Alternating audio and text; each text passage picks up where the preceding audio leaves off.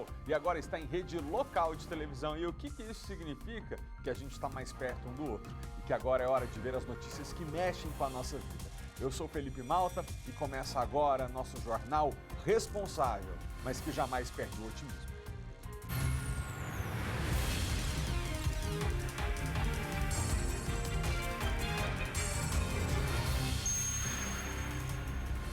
Tiroteio assusta moradores da 406 da Asa Norte. Mônica Vieira, o que aconteceu? Malta, ao menos 12 disparos foram feitos em um homem que estava dentro de um carro estacionado ali no local. 7 atingiram ele. Ele foi resgatado aí pelo Corpo de Bombeiros, mas não corre risco de morrer. Daqui a pouco eu volto com os detalhes desse caso.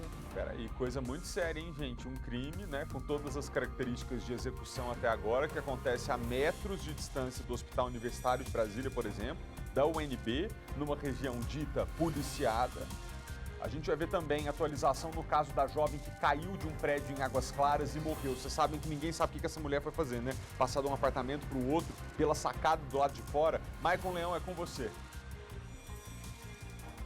Malta, o corpo de Isis Tabosa, de 21 anos, foi sepultado agora há pouco no cemitério de Taguatinga e a gente traz também o avançar das investigações. O proprietário do apartamento chegou a ser preso, mas já foi colocado em liberdade. A gente traz os detalhes dessas investigações daqui a pouco. Tá bom, obrigado. A polícia prendeu um influenciador digital acusado de fraudar documentos para comprar um arsenal. Daqui a pouco a gente traz os detalhes desse caso também. Sejam todos muito bem-vindos. O nosso jornal já está no ar.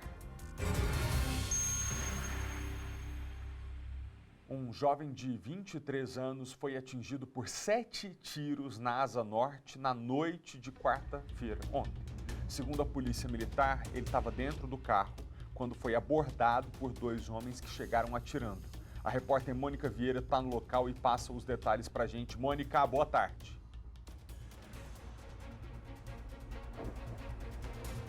Isso mesmo, Malta. Boa tarde para você e para todos que nos acompanham. Esse caso causou um terror para os moradores aqui da 406 Norte ontem à noite. As marcas dos tiros podem ser vistas aqui no chão. A perícia esteve no local. Ao menos 12 marcas estão como essa aqui, por todo esse pátio aqui do estacionamento entre os blocos A e B, aqui na Asa Norte. De acordo com moradores, se trata de uma quadra tranquila, até mesmo em época de carnaval é muito sossegado, nunca houve registro desse tipo. Então, um jovem de 23 anos, ele foi alvejado aqui no estacionamento ontem à noite. A Polícia Militar disse que ele teria marcado um encontro pelo Instagram com uma mulher. Mas ao chegar aqui, ele foi recepcionado com vários tiros. A Polícia Militar está aqui no local para falar para a gente um pouquinho mais dessa dinâmica. O aspirante Caio César vai falar com a gente a respeito dessa ocorrência que aconteceu aí por volta de 8, 9 e meia da noite. Muito obrigada por falar aí com a nossa equipe. Como que foi esse acionamento à equipe da Polícia Militar para essa ocorrência? Então, Mônica, ontem à noite a equipe foi chamada, né? O que teria acontecido é que esse cidadão, Marcelo, ele teria marcado um encontro pelo Instagram com uma mulher e aí, ao chegar ao local para encontrar com ela, ele foi recebido com vários disparos de arma de fogo. O que o senhor acredita que tenha acontecido, já que a mulher não estava e ele foi recepcionado desta forma? Então, essa informação a gente tem que continuar investigando, somente mesmo depois das informações da investigação da Polícia Judiciária é que vai ser possível afirmar o que aconteceu exatamente. Ele tem algumas passagens, mas o que aconteceu exatamente somente depois das diligências da investigação. Quando a equipe chegou aqui no local, ele foi abordado aqui nesse estacionamento, mas ele teria caído na escadaria aqui de um dos blocos, né? Então, ele, para se safar dessa casinha, pode-se dizer assim, porque a gente não sabe ainda, precisa ainda de mais investigação para saber sobre o que aconteceu mesmo, ele parou ali naquela escadaria. Essa foi a dinâmica até o momento. Isso, essa é a informação que a gente tem até agora. A gente sabe que ele recebeu, foram 7 disparos que atingiram o seu Marcelo, mas nenhum em área vital, segundo informações do Corpo de Bombeiro Militar. E aí, as próximas informações somente mesmo depois das investigações com a Polícia Judiciária. Por se tratar de uma área tranquila aqui da Asa Norte, chamou muita atenção dos moradores, né? Muita gente veio para cá. Os moradores até relataram que crianças brincam esse horário aqui embaixo, então foi um susto geral. E aí logo a perícia também esteve aqui para poder resguardar mesmo a área do crime, para poder esclarecer sobre essa dinâmica dessa tentativa de homicídio. Isso. Os disparos aconteceram à noite, né? Então já não era um horário em que haveria crianças aqui à noite. A informação que a gente tem é que ele não é da Asa Norte, então ele deve ter vindo de outro lugar para encontrar essa pessoa pelo Instagram e aí aconteceu o fato, né? Mas a gente não pode informar se isso é um acerto de conta, somente depois das investigações, mas pode ser sim, né? A gente, pela quantidade de tiro, pode ter sido uma execução, mas afirmar a gente não pode ainda. Aspirante, ele foi encaminhado para o Hospital de Base de Brasília, como o senhor mesmo disse, ele não foi atingido em locais vitais. Então, o estado de saúde dele até o momento é tranquilo, ele passa bem, o senhor tem conhecimento, ele foi socorrido ontem pelo Corpo de Bombeiros logo em seguida.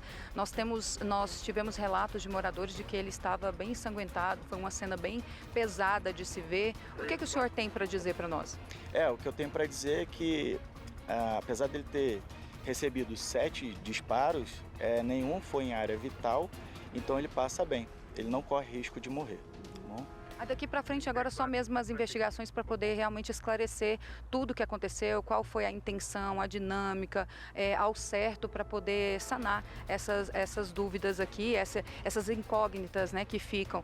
Até o momento ele tinha realmente passagens, mas ele estava com algum mandado de prisão em aberto. Como que era a vida, a ficha criminal desse Marcelo de 23 anos? O Marcelo ele tinha algumas passagens sim, mas no momento a gente não tem informação se tinha algum mandado de prisão em aberto para ele. O que a gente sabe somente é que ele veio para esse encontro que ele marcou pelo Instagram para encontrar com essa mulher e aqui ele foi alvejado por esses 7 disparos. Aspirante, quem teria recepcionado ele? O senhor já tem conhecimento quem são essas pessoas que tentaram matar o Marcelo? E eles estavam como? Em 2 veículos, 1 veículo? E quais as armas? Já deu para identificar? Porque os moradores relatam que foram barulhos diferentes de armas, né? Essa dinâmica dos suspeitos, o senhor já tem algo que possa falar para a gente? Não, essa informação a gente ainda não tem. A única coisa que a gente sabe é que seria um carro branco chegou, saíram de dentro do carro. Na verdade, o carro não chegou, ele estava aqui aguardando. E aí o seu Marcelo foi alvejado.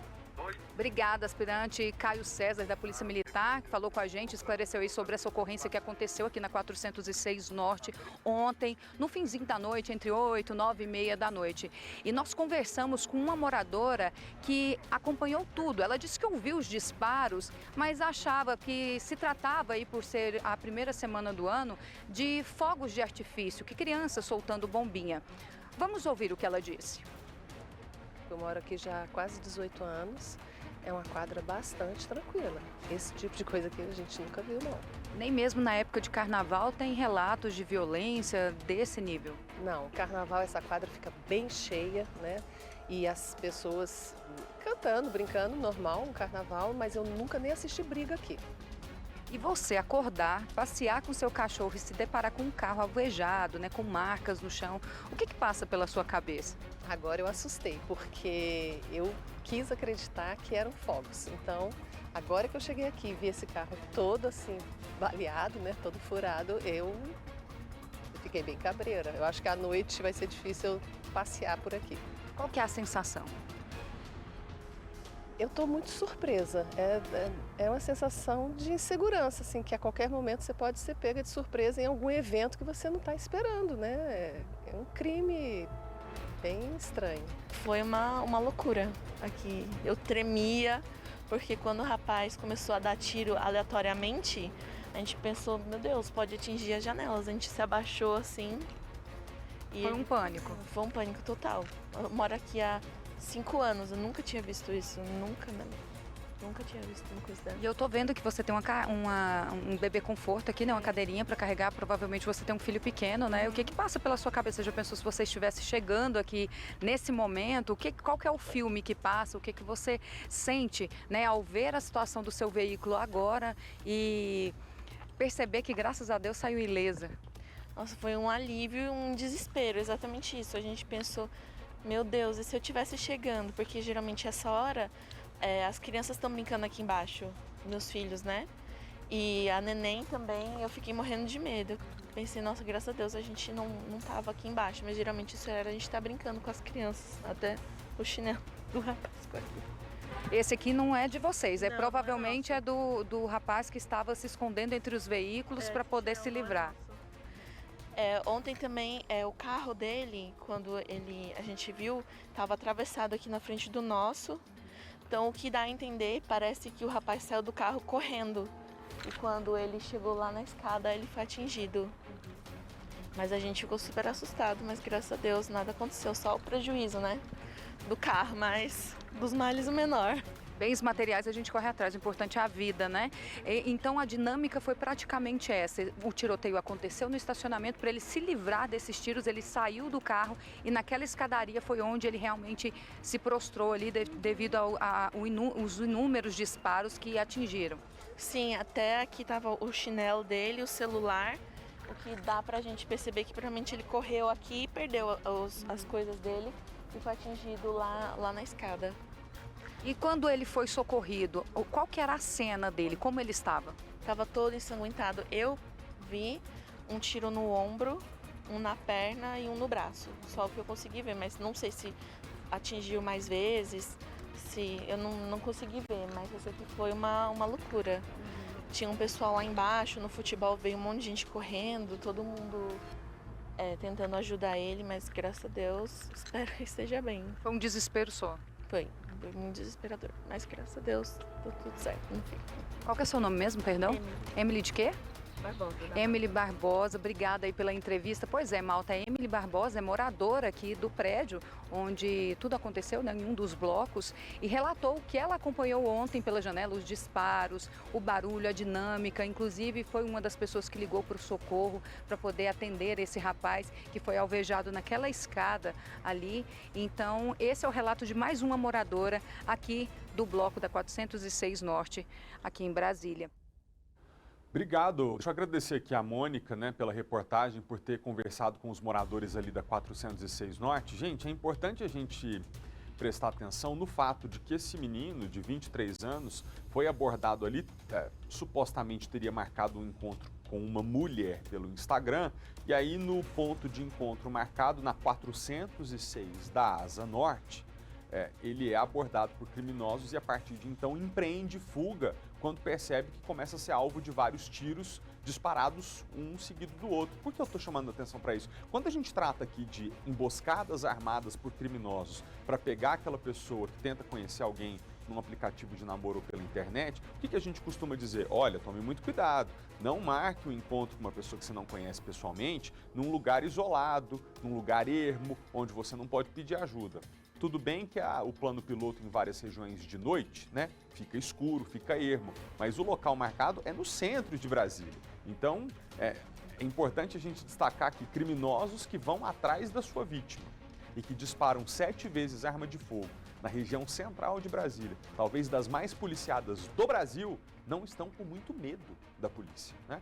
Ou talvez até tenham medo da polícia, mas tenham a certeza de que se levarem depois para a justiça, não vai dar nada ou se der pouca coisa. A polícia tem que entender o que aconteceu aí e é um milagre esse jovem estar vivo. Primeiro, porque foi alvo de 7 disparos de arma de fogo. Segundo, porque um deles foi no ombro, né? Então, a todo momento, o criminoso deveria estar em busca de atirar numa região que matasse esse menino imediatamente. Obrigado ao pessoal da Asa Norte que conversou com a gente. Fica aqui o nosso pedido à PMDF de mais policiamento na região, mas, sobretudo, agora, a Polícia Civil para que encontre esses criminosos e os coloquem atrás das grades. Ninguém merece morar numa região que você ouve tiroteio na porta de casa, não sabe nem se pode descer à noite para pegar uma comida que você pediu de aplicativo, né? Tamanho o medo que as pessoas ficam. A gente vai voltar agora a falar sobre a morte de uma jovem que caiu de um prédio em Águas Claras. Você acompanhou esse caso aqui com a gente ontem, a gente se solidariza profundamente com essa família, porque ainda é um mistério para todos o que aconteceu com a Isis. O repórter Maicon Leão está acompanhando essa história. O motivo da queda, como eu acabei de mencionar, é um mistério, mas já teve gente que foi detida. Maicon, o que a polícia divulgou sobre esse caso? Boa tarde para você. Oi, Malta. Boa tarde para você, para todo mundo ligado no SBT Brasília. A polícia ainda se limita a repassar poucas informações, mas diz o seguinte: 9 pessoas já foram ouvidas. A gente tinha trazido aqui ontem justamente o depoimento do proprietário desse apartamento. Ontem à tarde, a polícia ouviu os outros 3 ocupantes que estavam no apartamento no momento da queda da Isis, entre eles o namorado dela. Esses depoimentos não foram repassados, as informações que constam neles ainda são sigilosas, justamente porque as investigações ainda continuam. Até agora, 9 pessoas já foram ouvidas, mas a atualização que a gente tem desse caso, ontem, no momento que a gente trouxe o depoimento, a gente contou que um policial, logo depois de chegar para atender essa ocorrência ali na área de serviço, ele subiu para o apartamento e lá se deparou com o apartamento sendo lavado, encontrou o proprietário lá que explicou que estava lavando o apartamento porque tinha derrubado café, na parede tinha vinho. Naquele momento, a gente ainda não tinha essa informação, mas esse proprietário foi detido em flagrante por fraude processual e a gente lembra também que ele disse que desceu até a garagem com o namorado, que disse que voltaria depois e pediu para que ele ligasse para o socorro e também para a polícia. E por isso, Malta, esse proprietário do apartamento teria sido preso em flagrante por fraude processual e por favorecimento pessoal. Só que ontem ele passou por uma audiência de custódia e já foi colocado em liberdade. A gente vai trazer daqui a pouco mais informações, até mesmo sobre o velório que aconteceu agora há pouco, mas a gente vai conversar agora com o advogado de defesa desse morador, desse proprietário desse apartamento, para tentar entender um pouquinho essa história pra gente. Ele já está aqui ao meu lado. Doutor, boa tarde, obrigado pela participação. Eu queria que o senhor começasse esclarecendo pra gente se o cliente do senhor explicou por que ele lavou o apartamento logo após, sem nem descer lá embaixo para ver a vítima. Boa tarde. Muito boa tarde, primeiramente, a todos os ouvintes do SBT. O fato é emblemático e aí também é incipiente. Trata de processo em fase inquisitorial. Não se tem ainda notícia de detalhes do ocorrido. O que sabemos é que a garota Isis foi morta em razão dessa queda da sacada do parapeito do apartamento. E realmente há notícia nos autos de que ele estava ou estivera limpando o apartamento logo após o ocorrido, bem como teria eventualmente favorecido a fuga para coautores. Todavia, esse primeiro momento foi para tratar da regularidade da prisão. Esses 2 crimes, fraude processual e favorecimento pessoal, não autoriza a prisão em flagrante pela pena combinada e por outros elementos também. Então, restou provado, evidenciado, demonstrado que o autuado, o acusado, iniciado pelo crime de fraude processual e favorecimento pessoal, não estava em flagrante. Então, a prisão foi legal e assim, eu, como defesa, advogado de defesa, exigi o relaxamento imediato e assim foi concedido pelo juiz de custódia. Sileison, mas assim, a gente está falando de uma situação que houve a morte de uma pessoa ali embaixo. Provavelmente a gente entende que o local em que ela estava antes seria prova até mesmo para esclarecer. Ele explicou por que ele teria tentado lavar ali o apartamento? Há rumores de ocultação de prova, tudo pode ter acontecido. Mas aqui, em que pese ter ocorrido, lamentavelmente, a morte, o óbito da garota Isis, o indiciamento não tratou de crime doloso, quaisquer crime doloso contra a vida, tratou desses 2 crimes, fraude processual e também favorecimento pessoal. E esses crimes, por si só, não autorizam a prisão preventiva, a prisão em flagrante, e por isso foi relaxada. O processo, como falei, está em fase inquisitorial, as diligências estão sendo tomadas no sentido de investigar e apurar o fato, e é isso que realmente acho que toda a sociedade brasileira, especialmente falando, espera desse caso tão emblemático, que os fatos sejam elucidados e que as responsabilidades sejam apuradas. Sileison, o que o cliente do senhor repassou de como foi aquela noite e também aquele início da manhã até o momento da queda? Tive contato momentâneo, repentino com ele por ocasião da audiência de custódia em sede de departamento de polícia especializado e não tivemos tempo para tratar disso, mas da audiência de custódia que estava prestes a acontecer. E basicamente ali trata das condições da regularidade da prisão, dos dados pessoal do acusado, na forma do artigo 203 da resolução do CNJ, que trata da audiência de custódia. E assim, não tive ainda a oportunidade de tratar com ele, embora tenha sido posto em liberdade já, a prisão foi relaxada, prisão ilegal. de tratar esses detalhes, mas ele passou razoavelmente ou relativamente bem naquela noite de prisão. Eu vou pedir para o senhor continuar com a gente, que o nosso apresentador Felipe Malta tem uma pergunta para o senhor. Oi, Malta. Leison está dizendo para você, Maicon, que ele trabalhou para que o cliente dele fosse liberado da prisão em flagrante, argumentando que favorecimento pessoal e destruição de provas não é um crime que pode ensejar uma prisão em flagrante. Mas ele não está nos dizendo que o cliente dele não cometeu esses crimes. Então ele está considerando que o rapaz, dono do apartamento, pode mesmo ter tentado favorecer um dos meninos que estavam ali, um dos jovens que estavam presentes no imóvel, ou então até dificultar a perícia da polícia. A gente entendeu direito? Vou repassar a pergunta, Malta. Doutor, o Malta está esclarecendo para a gente que o senhor estava explicando que esses dois crimes, eles não caberiam ali à prisão em flagrante, mas que o cliente do senhor realmente teria tentado lavar ali o apartamento e descido até a garagem com o namorado para ajudar ele na saída ali? A notícia no inquérito policial, há relato nos autos de que ele estaria limpando o apartamento logo após o ocorrido, certo?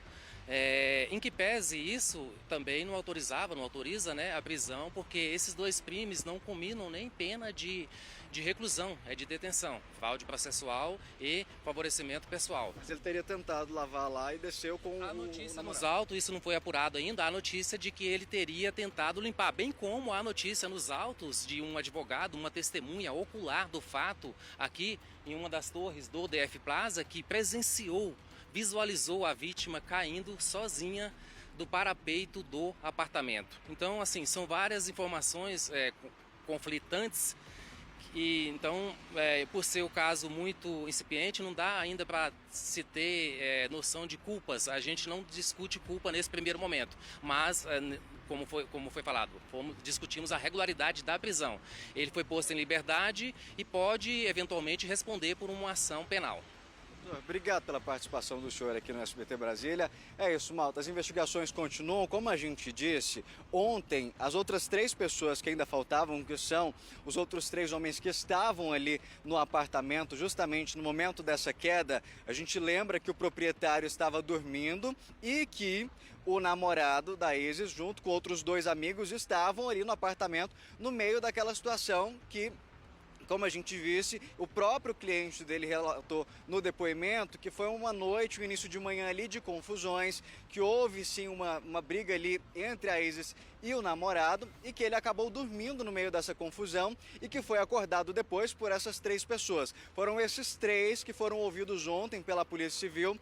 Como a gente disse, esses depoimentos ainda não foram repassados, eles ainda estão sendo tratados de uma forma sigilosa, mas, Malta, nós tivemos acesso também a outra testemunha que disse o seguinte, que apesar desses últimos momentos da Isis ali terem sido de tensão, de brigas entre o namorado ali, retratadas pelo próprio proprietário do apartamento, vizinhos disseram que momentos antes, até mesmo no dia anterior, a relação entre ela e o namorado era bem amorosa. Inclusive, eles trocaram carícias ali na sacada. A gente vai ouvir um trechinho e eu volto com mais detalhes.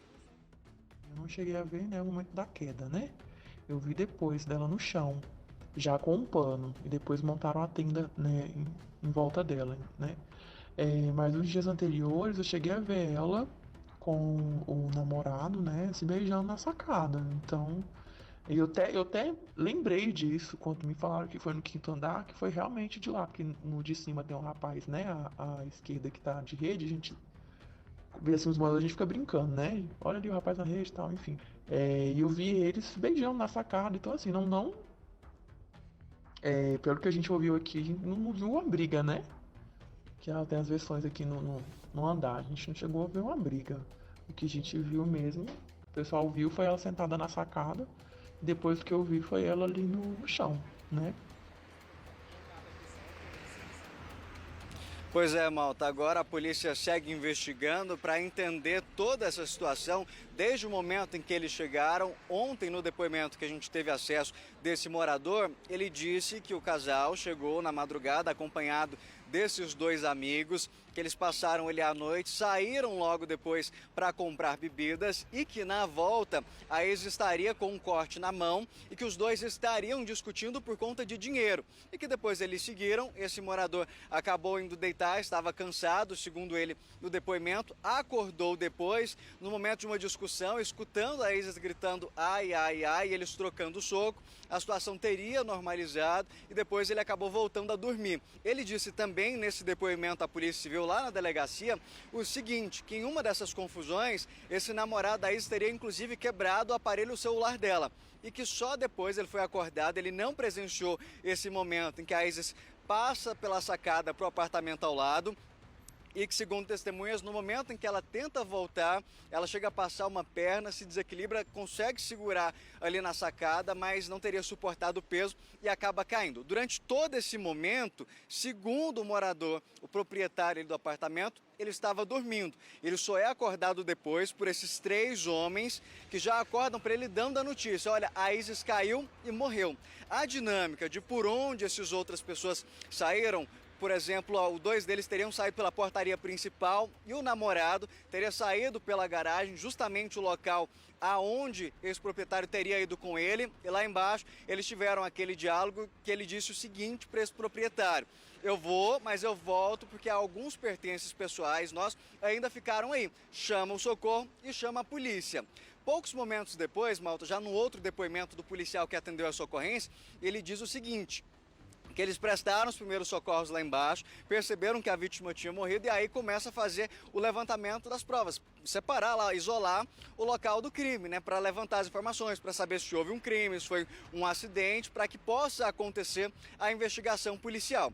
Quando esse policial militar chega no apartamento, no depoimento ele diz que encontra o local alagado, que indica que houve ali uma tentativa de lavagem, de limpeza do local e se depara com o proprietário sentado que diz para ele que tinha derramado café. Ele repara também, Malta, esse policial, que na parede tem sinal como se fosse limpa, alguma coisa, tentado lavar ali a parede. E aí esse proprietário diz para ele que ali tinha caído vinho e que por isso eles tinham limpo ali aquele local. A polícia ainda vai apurar agora o seguinte, para saber em qual momento, quem estava lá dentro do apartamento, se foi só o proprietário que fez essa limpeza. Ainda informações extraoficiais que a nossa produção teve acesso, algumas dessas pessoas que estavam no apartamento saíram do prédio às 11h52.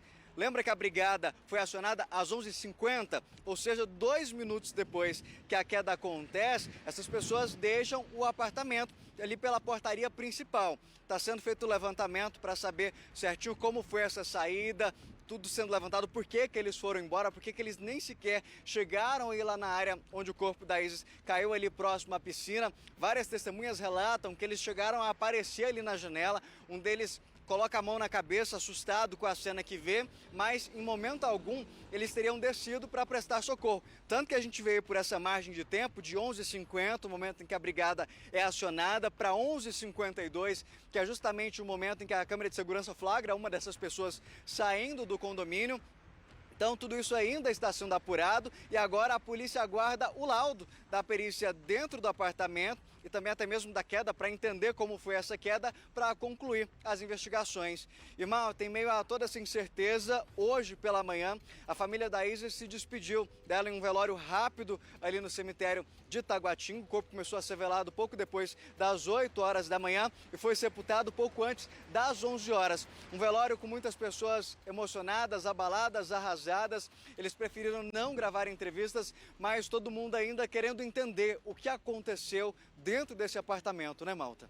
Olha, eu queria outra vez, com essas imagens que vocês estavam vendo aí na tela, né, do sepultamento dessa jovem, mandar um abraço muito solidário para essa família, que Deus dê força para essa família e para os amigos suportarem esse momento trágico de se despedir de uma jovem de 21 anos de idade que cai da sacada de um prédio e acaba perdendo a vida. Que a família tenha em Deus o conforto que precisam.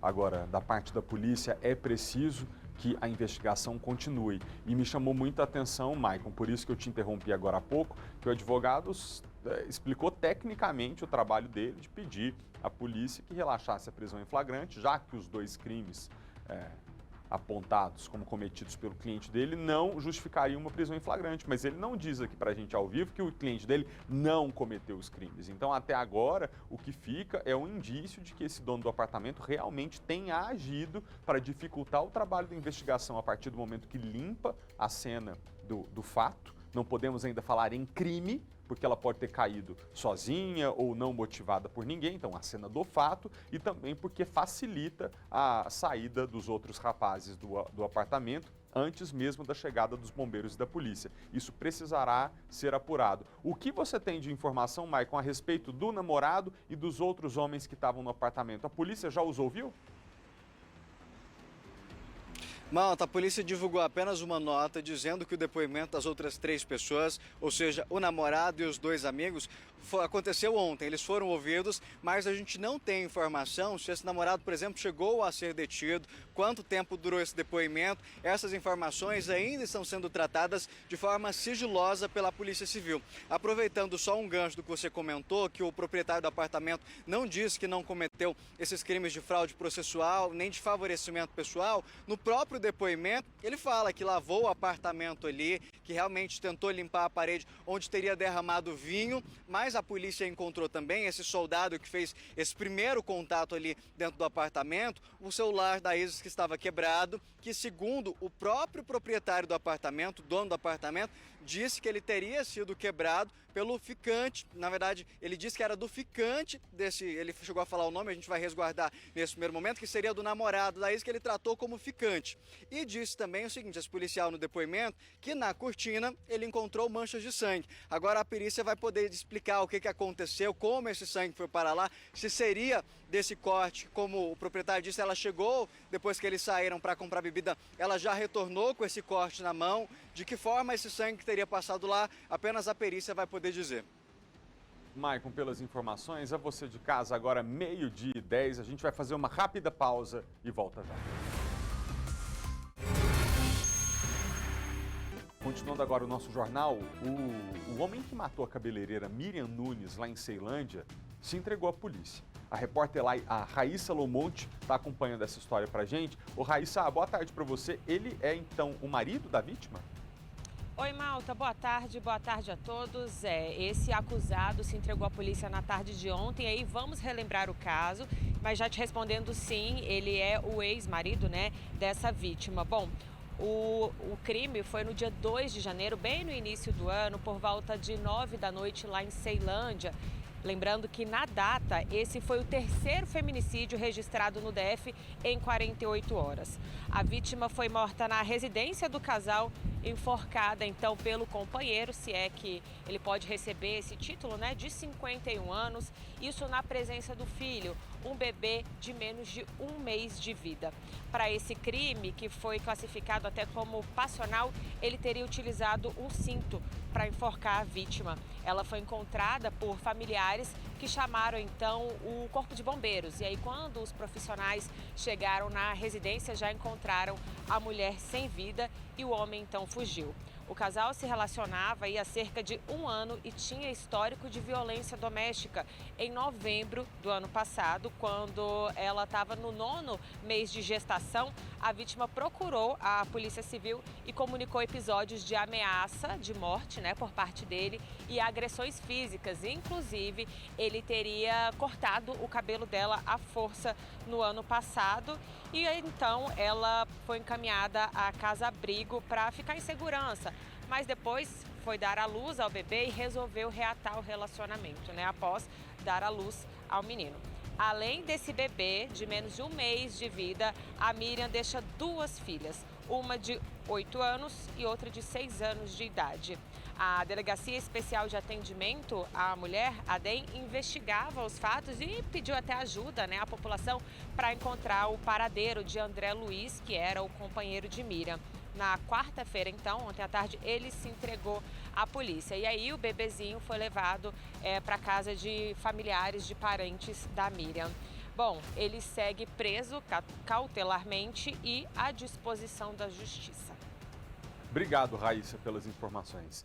Importante agora você prestar atenção, você que é pensionista do INSS ou tem um avô, avó que é, Olha só, o INSS voltou a exigir a prova de vida para aposentados e para pensionistas.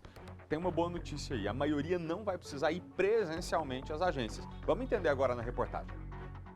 Essa laranja é champanhe, o nome é champanhe. A plantação no quintal, no meio do vai e vem da maior cidade do país, é onde Dona Cida e seu Luiz cultivam o precioso tempo. É, velho, 52 anos de casado, né? 2 filhos. O casal se aposentou há quase 2 décadas, mas todos os anos os dois precisam provar ao INSS que estão vivos. Sempre é um transtorno, né? Ir até lá, porque a locomoção, né, é mais difícil, né? Não é muito bom, não. Fila, às vezes, digital que não pega. Não era fácil. Poucos funcionários, pouco tempo de atendimento. A prova de vida é um mecanismo usado pela Previdência para evitar fraudes. 36 milhões de brasileiros recebem algum benefício do INSS. 5 milhões deles têm mais de 80 anos. Com a pandemia, a prova de vida presencial foi temporariamente suspensa. Agora, a partir de 1º de janeiro, voltou a ser exigida, mas com mudanças. É que nem todos os beneficiários precisarão se apresentar nas agências. Isso porque a Previdência vai cruzar os dados com diversos sistemas públicos e privados, como o Conect SUS e o da Justiça Eleitoral.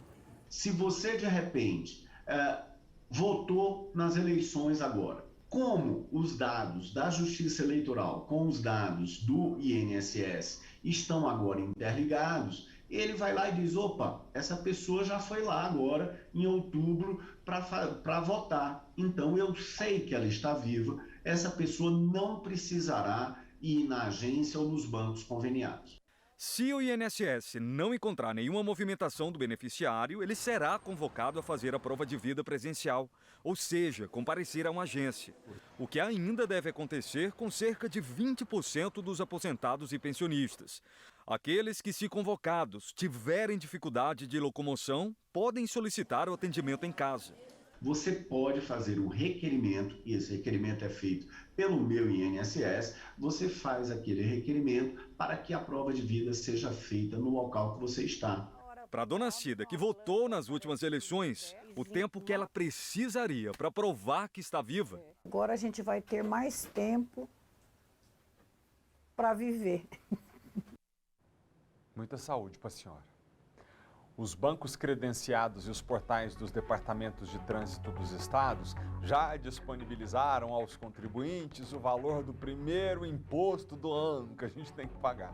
É o IPVA, o Imposto sobre Propriedade de Veículos. Cada estado, e o Distrito Federal, decide o número de parcelas e o desconto para esse pagamento se for à vista.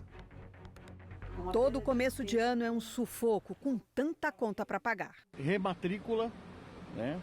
Aí tem uniforme, material escolar, que está caríssimo, cada vez mais caro. Então é muita despesa no ano, né? IPTU. E o IPVA. E o IPVA. Sim, o imposto pago pelos proprietários de veículos. A alíquota varia de 0,5% a 4% do valor do bem, de acordo com o estado do país. Como os carros novos e usados tiveram valorização ao longo da pandemia, o IPVA deu uma bela subida. Aumentou bastante, acho que foram uns 500 ou 600 reais, em torno disso. Tomei um susto. Em São Paulo, por exemplo, ficou cerca de 10% mais caro. O dinheiro arrecadado com o imposto é dividido assim: 20% vão para o Fundeb, um fundo que redistribui recursos vinculados à educação. Do restante, metade vai para o estado e a outra metade para o município, onde o veículo foi emplacado.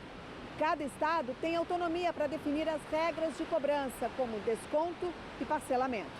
No Rio Grande do Sul, o desconto para a cota única é de até 15,8%. Se parcelar, pode ser em até 6 vezes. Em Mato Grosso, o desconto é parecido, mas o parcelamento chega a 8 meses.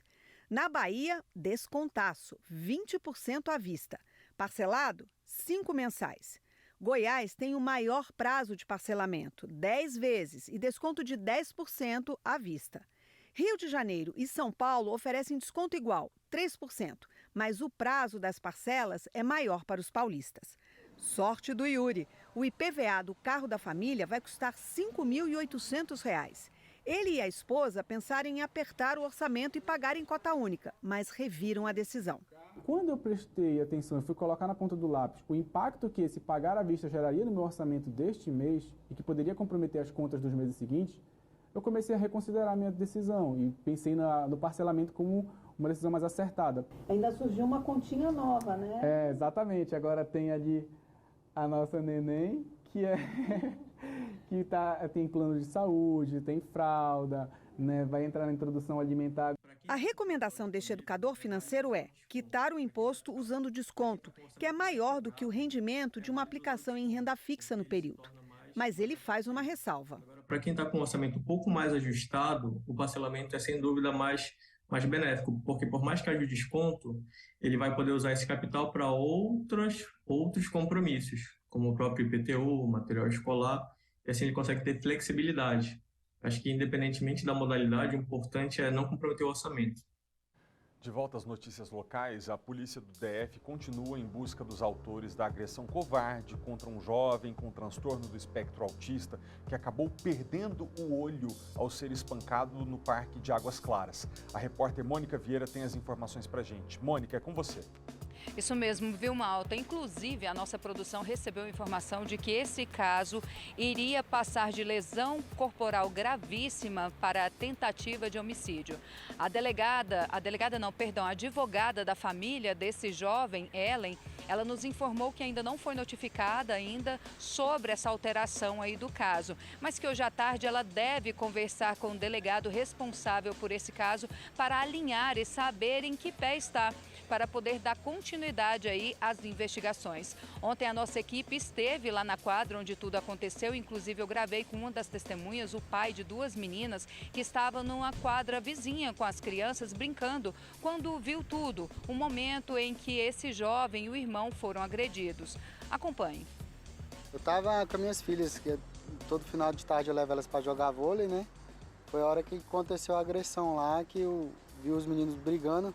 Eu estava armando a rede de vôlei para as meninas, quando eu vi, ainda deu tempo de separar no final da briga deles. Tinha uns 4, 5 brigando e eu consegui separar eles da briga. O que você viu antes? Você chegou, viu que o clima não estava muito legal? O que você viu a princípio? A gente, quando chegou no parque, eu vi que os meninos estavam provocando, os meninos estavam jogando, sabe? Os menores, estavam fumando, jogando fumaça na cara dos meninos que estavam esperando. Eles estavam bem agressivos, já querendo procurar briga mesmo. Entendeu? Você já imaginou que dali não ia sair coisa boa? É, eu até pedi para minhas meninas ficar mais distante um pouco para evitar uma confusão, né? E infelizmente aconteceu. Os meninos que estavam provocando a vítima e o irmão dele, eles apresentavam ser menores, maiores de idade? Tudo menor. No máximo aí 16, 17 anos. Tinha um menino bem pequeno lá de 12, 13 anos, eu acho. Entendeu? Deu para você acompanhar toda a dinâmica dessa agressão? O que você viu desde o início até o final que essa criança foi agredida? A dinâmica, um resumo, foi os meninos provocaram bastante eles, entendeu? O maior, que é o especial, ele apanhou demais, estava com o menor, o irmão dele de 10 anos também, que tentou separar, mas ele é bem pequenininho, não conseguiu fazer muita coisa.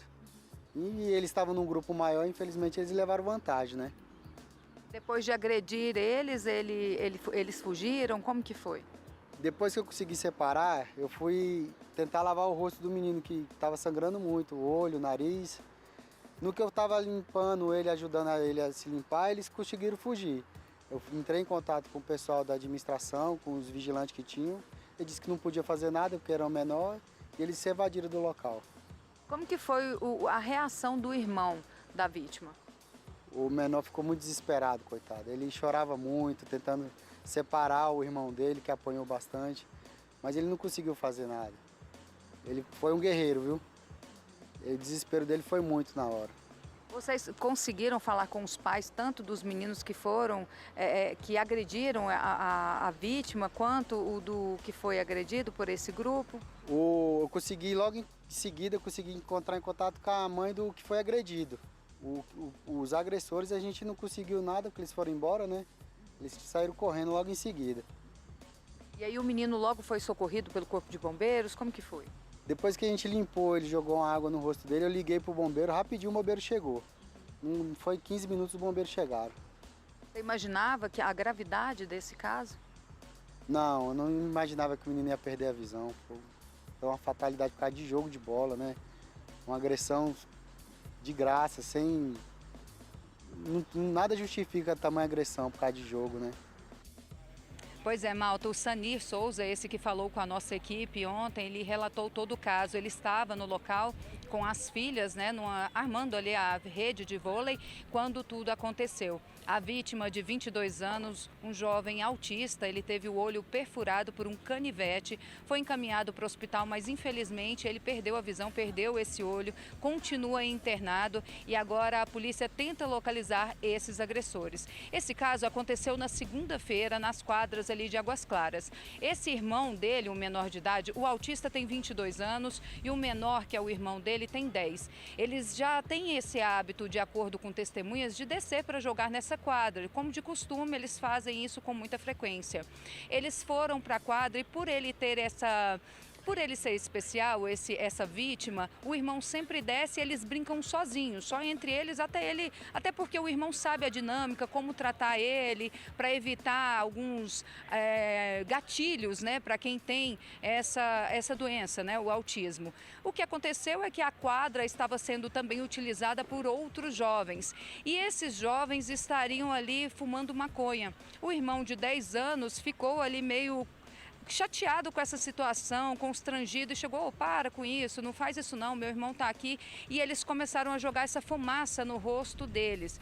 Para ele defender esse irmão autista, os agressores partiram para cima dele. O irmão mais velho, especial, viu o irmão ali sendo atacado, foi também para cima para defender. Foi onde tudo aconteceu e ele foi agredido. Um dos agressores sacou um canivete e aí perfurou o olho desse rapaz de 22 anos. Ele foi socorrido, encaminhado para o hospital, ainda segue internado, ainda não tem previsão de alta. Ontem a mãe até falou com o nosso repórter, o Maicon Leão, deu os detalhes aí desse caso. Esse caso que revolta, né, o Malta, porque esses agressores começaram a xingar esses meninos de negro, de macaco, ofendendo mesmo, né, com cunho racista ali. E acabou nessa violência toda e agora a família aí pede justiça. A advogada da família está atrás de imagens e de pessoas que possam aí identificar esses agressores para dar continuidade aí nesse processo e punir quem realmente deve ser punido. Eu volto com você aí no estúdio. Obrigado, Mônica. Deixa eu só te fazer uma pergunta. Antes da gente ouvir a testemunha, você disse pra gente que então mudou a tipificação para tentativa de homicídio, foi isso? Eu entendi certo? Isso mesmo. Agora a nossa produção recebeu essa informação de que a tipificação agora deve ser para tentativa de homicídio e não mais lesão corporal gravíssima. Mas como eu disse no início do link, a advogada dessa família ainda não recebeu essa notificação, mas ela disse que vai até a delegacia para poder esclarecer tudo isso com o delegado hoje à tarde e para poder realmente formalizar essa alteração do processo. Muito obrigado, Mônica. A gente está aqui no SBT na expectativa de que o quanto antes a polícia possa identificar e prender esses agressores tão brutais, covardes, cruéis, que diante de um jovem de 22 anos, independentemente de ter transtorno do espectro autista ou não, mas tendo essa condição, fica ainda mais grave, né? Porque você trata desse jeito, alguém tinha que ser tratado de forma ainda mais cortês, com mais paciência, com mais compreensão, e aí, muito pelo contrário, se envolvem numa briga que termina com um olho sendo arrancado. Que mundo é esse que a gente está vivendo? Da barbárie mesmo, que a polícia identifique imediatamente e que esses agressores possam responder na justiça pela verdadeira tentativa de homicídio que cometeram. Deixa eu falar agora aqui de economia com você que está em casa. O novo salário mínimo de R$ 1.320, que entrou em vigor essa semana, aliás, deve gerar um impacto de mais de 6 bilhões de reais nas contas públicas, segundo o Ministério da Economia. Quem recebe o salário mínimo reclama que o reajuste de R$ 108 não vai ajudar muita coisa. José Bernardo e a mulher vivem da aposentadoria dele e do salário dela. São cerca de R$ 2.450 por mês. Os R$ 218 a mais que virão com o reajuste do salário mínimo ajudam, mas não bastam para tanta despesa. R$ 200 dá quase para encher um carrinho, né? Agora R$ 200 trazem 4 sacolas. É a primeira vez desde 2018 que o mínimo é reajustado acima da inflação. Se para quem recebe é pouco, para quem paga pesa. De acordo com o Ministério da Economia, os R$ 108 a mais no salário vão aumentar os gastos públicos do governo federal em 6,8 bilhões de reais esse ano. Todo o benefício do INSS, como aposentadoria, pensão por morte, o auxílio doença, que agora é o auxílio por incapacidade temporária, eles também vão seguir o salário mínimo. Segundo o IBGE, 38 milhões de pessoas recebem o salário mínimo no país. Uma pesquisa da Abras, Associação Brasileira de Supermercados, mostra que esses brasileiros gastam mais da metade dos R$ 1.320 com a cesta básica. Índice que pode ser ainda maior em algumas regiões do país. Aqui no norte, por exemplo, o valor da cesta básica chega a mais de R$ 792, bem acima da média nacional, que é de pouco mais de R$ 668. Segundo a Associação Brasileira de Supermercados, é a região que tem a alimentação mais cara do Brasil. Aquilo que a gente produz na região não dá conta desse consumo. Então a gente precisa buscar isso em outros locais. O custo do frete aí é muito elevado, os combustíveis pesaram muito nessa conta. A dona Vera Lúcia se equilibra todo mês para arcar com as despesas de casa e comida para 4 pessoas. Eu não trago o que eu quero, o que eu desejo trazer de lá. Eu só compro mesmo a alimentação que dá pra gente comer. Pessoal, escuta essa. Um aluno de uma escola pública desenvolveu um inseticida à base da seiva da alface. E por isso ele já ganhou vários troféus, teve a sua invenção divulgada numa das principais revistas científicas e esse rapaz é daqui do quadradinho. É um orgulho para os colegas e para os professores. Vamos ver agora que invenção foi essa. Na natureza, nada se cria, nada se perde, tudo se transforma. Essa frase sobre a primeira lei de Lavoisier, dita por uma professora do Centro de Ensino Médio número 1 de Braslândia, durante a aula de Química, mudou a vida do Alex. Em 2018, quando o jovem estava no último ano do ensino médio, ele desenvolveu o inseticida natural feito com a seiva do alface. Ela chegou a falar que dava para fazer um inseticida, só que ela falou que não dava para se era químico ou se era natural. Eu optei por fazer o natural. E daí a gente, com 7 dias, a gente viu que deu o resultado que eu estava esperando. A planta totalmente livre de pragas e pronta para ir para o consumo. Alex morou 7 anos nesta chácara em Braslândia. Na época, ele ajudava a cuidar da plantação de alface e fez a descoberta fazendo testes no quintal de casa. A planta estava morrendo com pulgão, né? E depois, quando eu apliquei, eu toda semana eu passava e tirava foto, né? Toda semana eu passava e tirava foto e eu vi que ela estava se recuperando. E daí eu levei as imagens para a escola. Levei tudo lá para a escola e daí o professor falou, vamos apresentar, vamos ver se isso vai dar certo. É tanto que fizeram um canteiro lá na escola e a gente conseguiu fazer a estrutura lá. E lá a gente também deu certo lá também. O processo é bem simples. Depois que o Alex colhe o pé de alface, ele lava a raiz, igual ele está fazendo aqui agora, né, Alex? Aí ele corta, vamos acompanhar todo esse processo. Ele está lavando, aí agora ele vai cortar. Depois que corta, ele extrai a seiva, não é isso? Muito simples. Aí quando a seiva aqui já começa a sair, ó, agora a gente vai fazer a extração. A gente deixa aqui durante uns 5 minutinhos, até um pouco mais, né?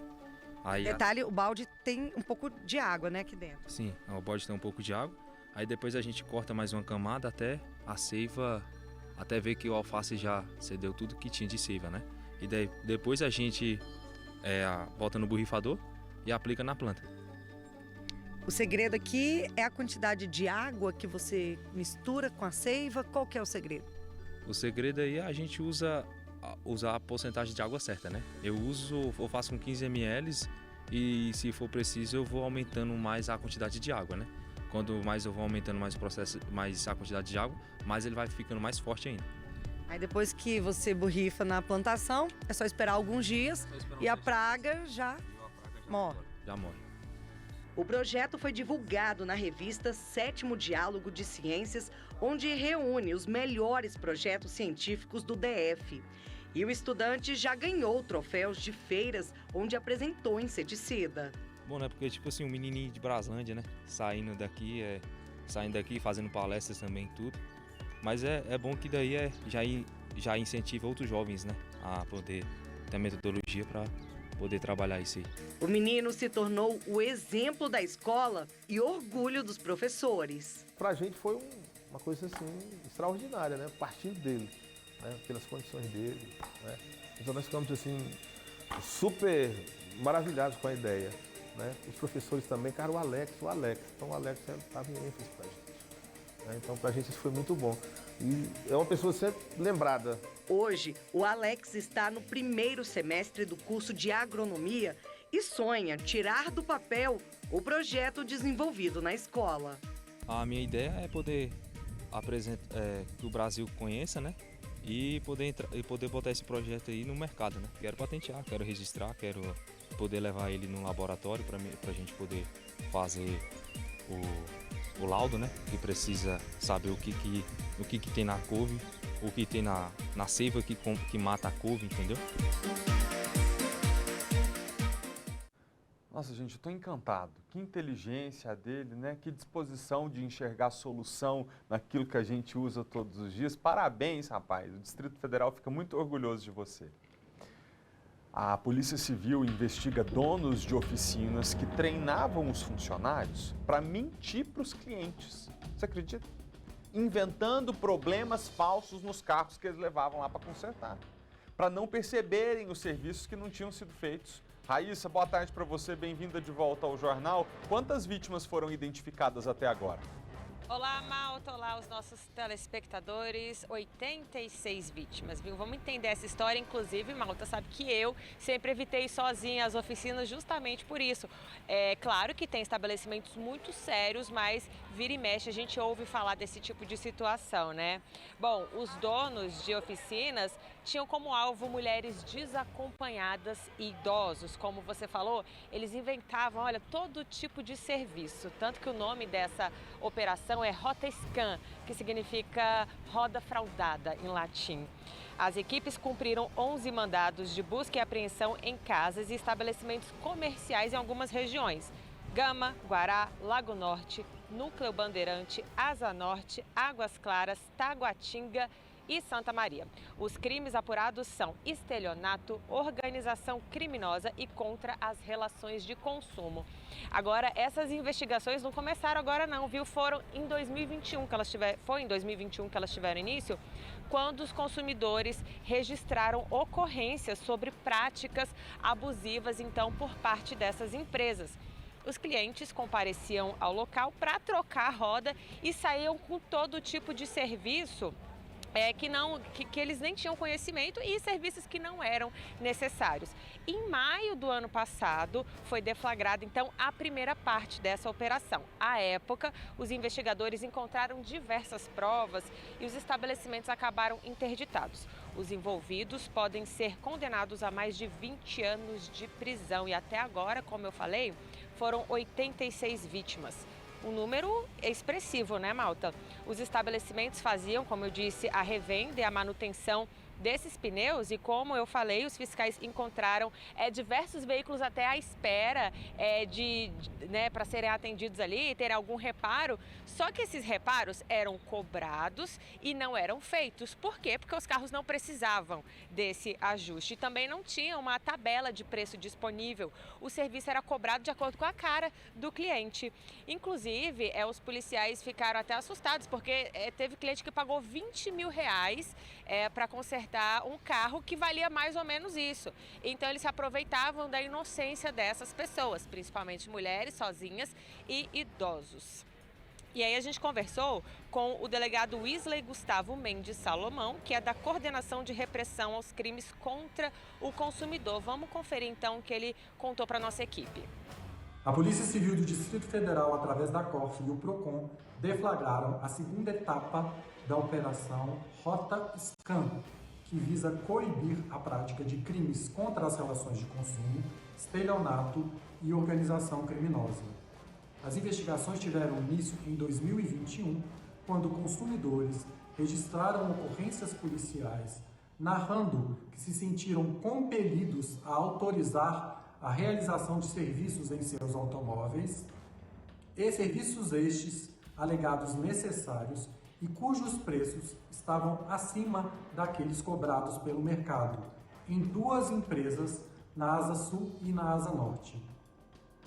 Em maio de 2022, a Corf e o Procon realizaram a primeira fase desta operação, ocasião em que foram cumpridos 3 mandados de busca e apreensão e 2 estabelecimentos comerciais foram interditados pelo Procon.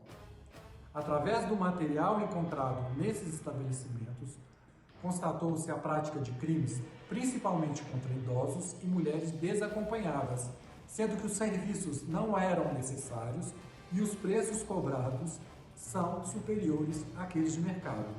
Hoje foram cumpridos 7 mandados de busca e apreensão em estabelecimentos comerciais e 4 mandados de busca e apreensão nas residências dos responsáveis pelas empresas.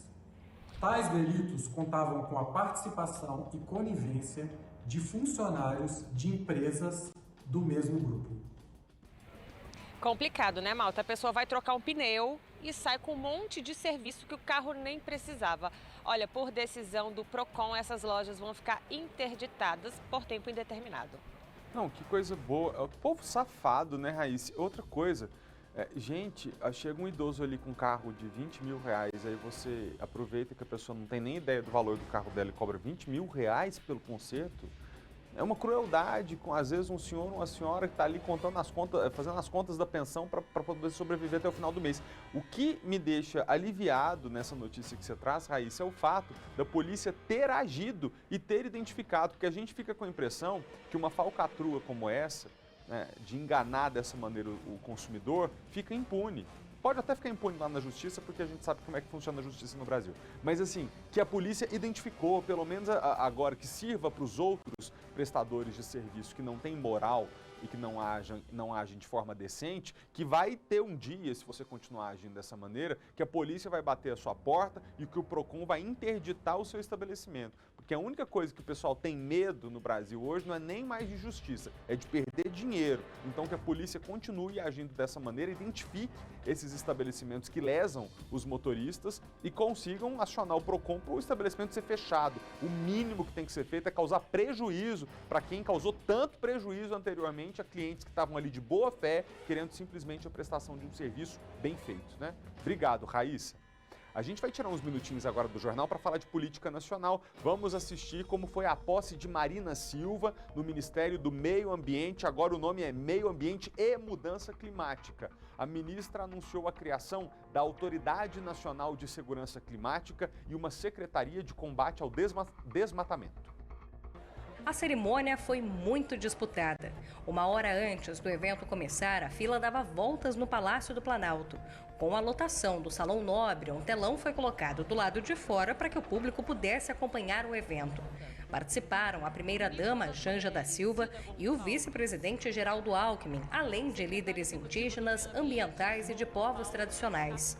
Em um longo discurso, Marina Silva fez críticas à gestão ambiental do governo passado. Este palácio onde agora nos reunimos foi palco nos últimos anos de vários atos contra a própria democracia, contra o povo, contra a ciência e a saúde, contra o meio ambiente, contra os interesses estratégicos e econômicos do Brasil, enfim, contra a própria vida. A ministra também anunciou que pretende enviar ao Congresso até abril o projeto para a criação da Autarquia de Autoridade Nacional de Segurança Climática. Marina Silva destacou a recriação e os lançamentos de novas secretarias na pasta. Nós criamos agora uma secretaria. É uma secretaria extraordinária de combate ao desmatamento para dar suporte a essa agenda. Marina Silva, que foi ministra do Meio Ambiente entre 2013 e 2008, durante o primeiro e o segundo governo de Lula, volta agora ao posto que tem uma mudança de nome. Ministério do Meio Ambiente e Mudança Climática. Uma medida provisória editada pelo presidente Lula ainda realocou, sob o comando da pasta do Meio Ambiente, o Serviço Florestal Brasileiro e a Agência Nacional de Águas. A sustentabilidade passa a ter papel de destaque no novo governo. O Ministério do Meio Ambiente irá acompanhar o desenvolvimento de projetos de outras pastas. Representações dos ministérios estarão presentes desde a concepção e elaboração, para que os projetos surjam e se estruturem com a concepção da sustentabilidade ambiental e do meio ambiente. E, gente, a nova ministra do Planejamento, ministério que foi recriado agora no governo Lula III, Simone Tebet, assumiu a pasta agora há pouco. Tebet, como todo mundo lembra, né, concorreu à presidência da República, ficou em terceiro lugar lá no primeiro turno e depois do segundo turno anunciou apoio a Lula. O repórter André Anelli acompanhou essa cerimônia. Boa tarde, André. Qual foi o tom de discurso da ministra? Já eu até comento contigo porque eu assisti também. Pois é, Malta, boa tarde para você, boa tarde a todos. No discurso aqui no Palácio do Planalto agora há pouco, Simone Tebet reconheceu que existem divergências entre ela e o PT, principalmente no campo político e ideológico, mas mesmo assim, ela disse que aceitou o convite direto do presidente Lula para assumir o ministério porque viu nele o único candidato democrata no segundo turno das eleições no ano passado. Ainda durante o discurso de posse aqui no Palácio do Planalto, Tebet disse que tem um compromisso inegociável com as contas públicas, mas sem deixar de lado a responsabilidade social. Esse que é um desafio que ela cumpre, inclusive com o ministro da Fazenda, Fernando Haddad, que esteve aqui na cerimônia e demonstrou apoio a ela. Quem também esteve aqui, Malta, você que está assistindo ao SBT Brasília, e que merece o nosso destaque, é claro, foi aqui o ministro do Desenvolvimento Social, Wellington Dias. Ele acabou falando com a nossa equipe a respeito do pagamento do adicional de R$ 150 do Bolsa Família para famílias com criança de até 6 anos de idade. Um adicional, então, por criança até essa faixa etária. De acordo com o ministro, esse pagamento não tem prazo ainda para começar a ser feito, porque o Ministério do Desenvolvimento Social precisa atualizar o cadastro único, que, de acordo com ele, está desatualizado e, assim, não oferece segurança e nem eficiência para que o poder público possa oferecer esse pagamento. Esses ministros que eu acabei de citar e os outros 34, totalizando então os 37 ministros, Malta, eles acabam então fazendo uma reunião interministerial. Amanhã, aqui no Palácio do Planalto, vai ser a primeira reunião com todos os ministros presencialmente a Lula. É uma reunião que deve começar por volta das 9h30 da manhã e tem como objetivo principal acabar alinhando os discursos e também as ações. Malta. Obrigado, André. Eu reparei, eu queria comentar contigo que ela chama os outros ministérios, né, da área econômica, conversa de igual para igual, porque agora no governo Bolsonaro existia o Super Ministério da Economia com Paulo Guedes, e o que a gente consegue entender pela divisão da economia em fazenda, planejamento, gestão, indústria e comércio, uma forma do governo, nessa gestão agora Lula III, dividir um pouco do interesse da economia e meio que criar um conselho de economia, e ela conversa meio que de igual para igual com seus pares da área econômica. Agora, faz uma provocação muito importante para o começo de um governo petista de novo, porque a Simone diz aos ministros da área econômica assim, olha, eu quero dizer aos outros ministérios que não são da área econômica, que nós da economia estamos aqui como fim para servir os ministérios de vocês. Quer dizer, tragam as suas demandas para que a gente possa compor o orçamento e entender como as medidas da economia possam executar a política pública. Isso eu acho que dá um chamado ali para entender assim, olha, agora o Ministério da Economia é importante, mas a função dele não é simplesmente gerir finanças e dinheiro que a população não entenda, e sim atender a política pública que virá das outras pastas. Agora, é curioso como ela ali no campo da economia enfrenta um pouco da maneira de trabalhar clássica do PT, que tem resistência em dividir o poder no campo progressista, né? Tem algumas alas do PT que têm dificuldade de aceitar ministérios e outras pessoas, embora tenha sido o compromisso de campanha fazer uma frente ampla, depois que ganha fica com um pouquinho de dificuldade de dividir o poder da caneta. E ela veio dizendo assim, não, estou aqui para trabalhar em pé de igualdade com os meus pares para atender essa demanda. Estava cheio hoje aí no Planalto, André, assim como estava ontem na Marina Silva? Olha, Malta, estava bem cheio sim, mas não se compara realmente àquela presença em massa que foi observada ontem na posse de Marina Silva e que a gente acabou vendo aí na reportagem da Paola Cuenca. Mas é fato que cerca de 800 pessoas eram aguardadas aqui para a posse da Simone Tebet, que inclusive inicialmente estava prevista para o Centro Cultural Banco do Brasil. Por conta da grande quantidade de pessoas confirmadas para essa cerimônia, ela foi então transferida aqui para o Palácio do Planalto. E reforçando o que você disse, Malta, a presença de Fernando Haddad aqui, ministro da Fazenda, acaba também por demonstrar um apoio a ela, dizendo que mesmo diante dessa pressão do PT, principalmente daquela ala mais conservadora do PT, Simone Tebet tem o apoio não só do presidente Lula, mas tem também o apoio do ministro da Fazenda. Malta. Muito obrigado, André. Falando nele, o ministro da Fazenda, Fernando Haddad, teve a primeira reunião de trabalho com o presidente Lula. O governo estuda um conjunto de medidas para aumentar a arrecadação, de tributos e diminuir as despesas. O encontro no Palácio do Planalto acontece um dia depois do ministro da Fazenda reunir integrantes da equipe ministerial para discutir o cenário das contas do país e a estruturação da área econômica. A equipe econômica pretende apresentar ao presidente, ainda no mês de janeiro, um conjunto de medidas para aumentar a arrecadação e reduzir as despesas. Entre elas, a revisão de contratos e da política de desoneração do IPI, o Imposto sobre Produtos Industrializados. Algumas iniciativas, se adotadas, dependem apenas de ato do governo. Outras precisariam passar pela aprovação do Congresso Nacional. Nesta terça, Haddad recebeu o presidente da Federação Brasileira de Bancos, que já havia anunciado apoio à indicação do ministro. Foi uma visita para passar a ele um panorama do mercado de crédito e da conjuntura econômica. Quem também fez a primeira visita ao ministro foi a indicada para assumir a presidência da Caixa Econômica, Maria Rita Serrano. Ela estava acompanhada de integrantes da área técnica do banco para discutir pontos da reestruturação da Caixa. A posse da nova presidente, que atualmente representa os empregados no Conselho de Administração da Caixa, está prevista para ocorrer na próxima semana. Integrantes do banco, entre eles vice-presidentes e diretores indicados pela gestão anterior de Jair Bolsonaro, devem ser trocados. Os processos que apuram os supostos crimes da antiga gestão também devem passar por revisão. Nesta quinta-feira, Haddad deve participar da posse da ministra do Planejamento, Simone Tebet, do MDB, que faz parte da chamada Frente Ampla do governo eleito. Tebet está fechando os nomes que serão indicados para a presidência do IBGE e do IPEA, institutos que ficarão vinculados ao planejamento.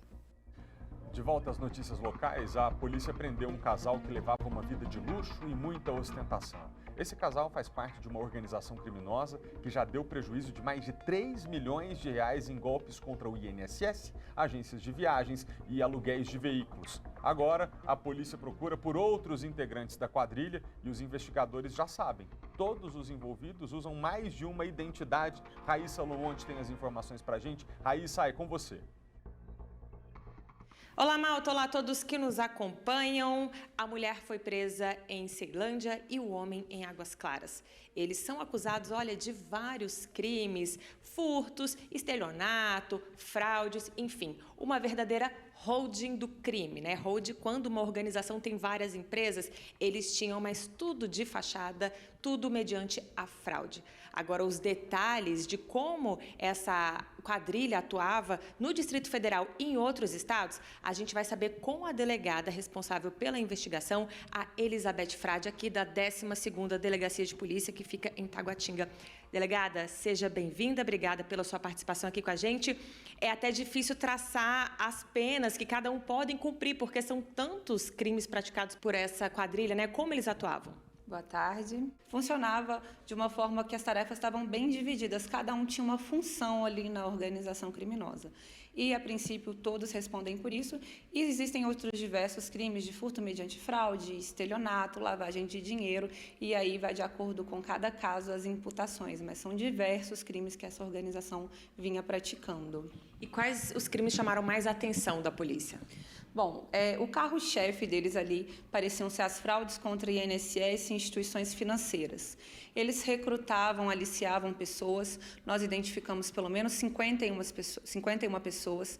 Essas pessoas emprestavam seus dados pessoais, sua conta bancária, e a organização criminosa, por meio de informações falsas, de documentos fraudados, conseguia de alguma forma que aquele partícipe aliciado se tornasse um beneficiário do INSS. A partir de então, essa pessoa, alguns recebiam um benefício que girava em torno de R$70 mil, outros, na condição de beneficiário, conseguiam o empréstimo consignado, que também ia entre R$60 a R$150 mil. Somente com esse golpe, em cerca de 2 meses, a organização criminosa ela auferiu ali a vantagem superior a R$3.200.000. Em relação ao golpe também que eles aplicavam com as locadoras de carro, como funcionava? Os autores, ou eles próprios, ou alguns laranjas da organização, compareciam nas locadoras de veículo com documentos falsos, utilizando de empresas de fachada que eles constituíam até para dar uma credibilidade na hora da locação. Eles realizavam essas locações de veículos de valores mais altos, locações que eram de períodos maiores, de 6 a 12 meses, mais ou menos. Essa locação ela era feita pagando, né, as locações, as mensalidades com cartões clonados, e nesse período que os autores estavam com o carro ali de 6 a 12 meses, ele tinha um tempo suficiente para se desfazer o veículo, passar para um terceiro ali. E o que chama a atenção também, né, delegada, é o padrão de vida de muita ostentação que eles levavam. Sim, eles tinham luxo, andavam em carros de luxo, de viagens internacionais. Era um padrão completamente incompatível, né, com um casal ali, principalmente falando dos líderes da organização, um casal que não tem nenhuma ocupação lícita, que não tem nenhuma renda. Então, o padrão de vida que eles levavam é incompatível com isso. Vale lembrar que foi preso um homem e uma mulher, mas o casal não são um casal, o casal é um dos líderes aí dessa organização, né? E como vocês puxaram a ficha deles e viram também que outros estados eles já respondiam, né, por outros crimes e tinham outros documentos? Isso, eles já responderam por crimes iguais. Além destes que eu falei, teve também crimes com agências de viagem, que eram empresas falsas que eles constituíam, empresas de fachada. Por meio dessas agências de viagem, eles ofertavam passagens aéreas, diárias em hotel, pacotes de viagem, geralmente pela metade do preço. Então, um terceiro comprava essas viagens a preço mais acessível, efetuava o pagamento em favor da organização criminosa. A organização ela embolsava esses valores que foram pagos por um terceiro, e quando ela ia pagar para o hotel ou para a companhia aérea, esse pagamento era feito com cartão clonado. Então, via de regra, aquele autor, a terceira pessoa que adquiriu a viagem, ele realmente viajava, ele usufruía da viagem. Só que, posteriormente, as compras eram contestadas pelo titular verdadeiro do cartão, e aí o hotel, a companhia aérea ou uma agência de viagem ficava no prejuízo. Nós temos aí hotéis que tiveram prejuízos menores, em torno de R$3 mil, até hotéis que tiveram prejuízos em torno de R$68 mil.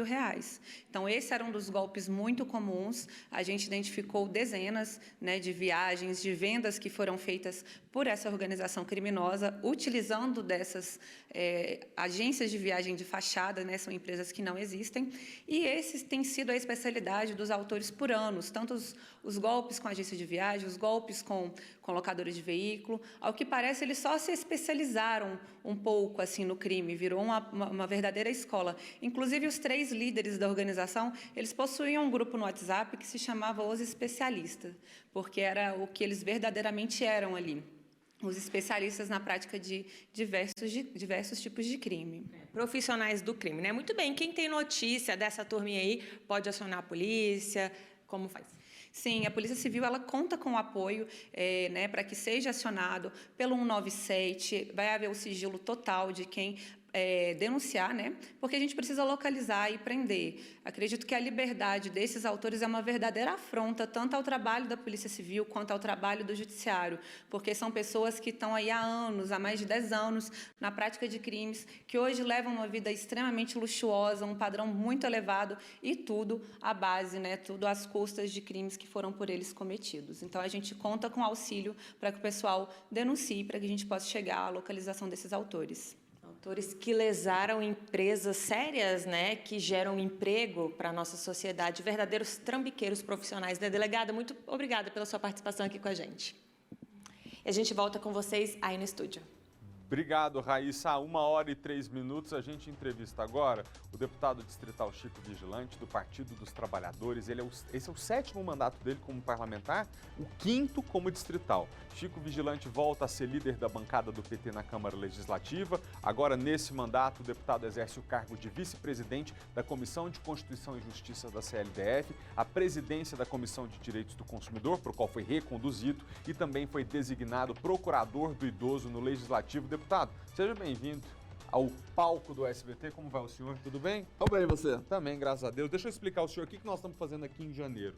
Nós estamos convidando os deputados distritais para uma conversa aqui com o eleitor e com o nosso telespectador, para que a gente possa fazer um diálogo mais transparente, sabe? Mais do que nunca, a população do Distrito Federal, em especial, tem se interessado por política e começado a compreender que se a gente não se interessa por aquilo que os senhores estão fazendo lá na Câmara, a gente também perde o rumo, perde o poder de decidir o futuro para nós como sociedade. Então, obrigado pela presença. Primeira pergunta, o que o senhor quer fazer nesse 5º mandato como distrital? Eu vou continuar fazendo o que eu sempre fiz, que é acompanhar e fiscalizar as ações do governo do Distrito Federal, propor leis que venham a beneficiar a população. Eu vou te citar algumas aqui.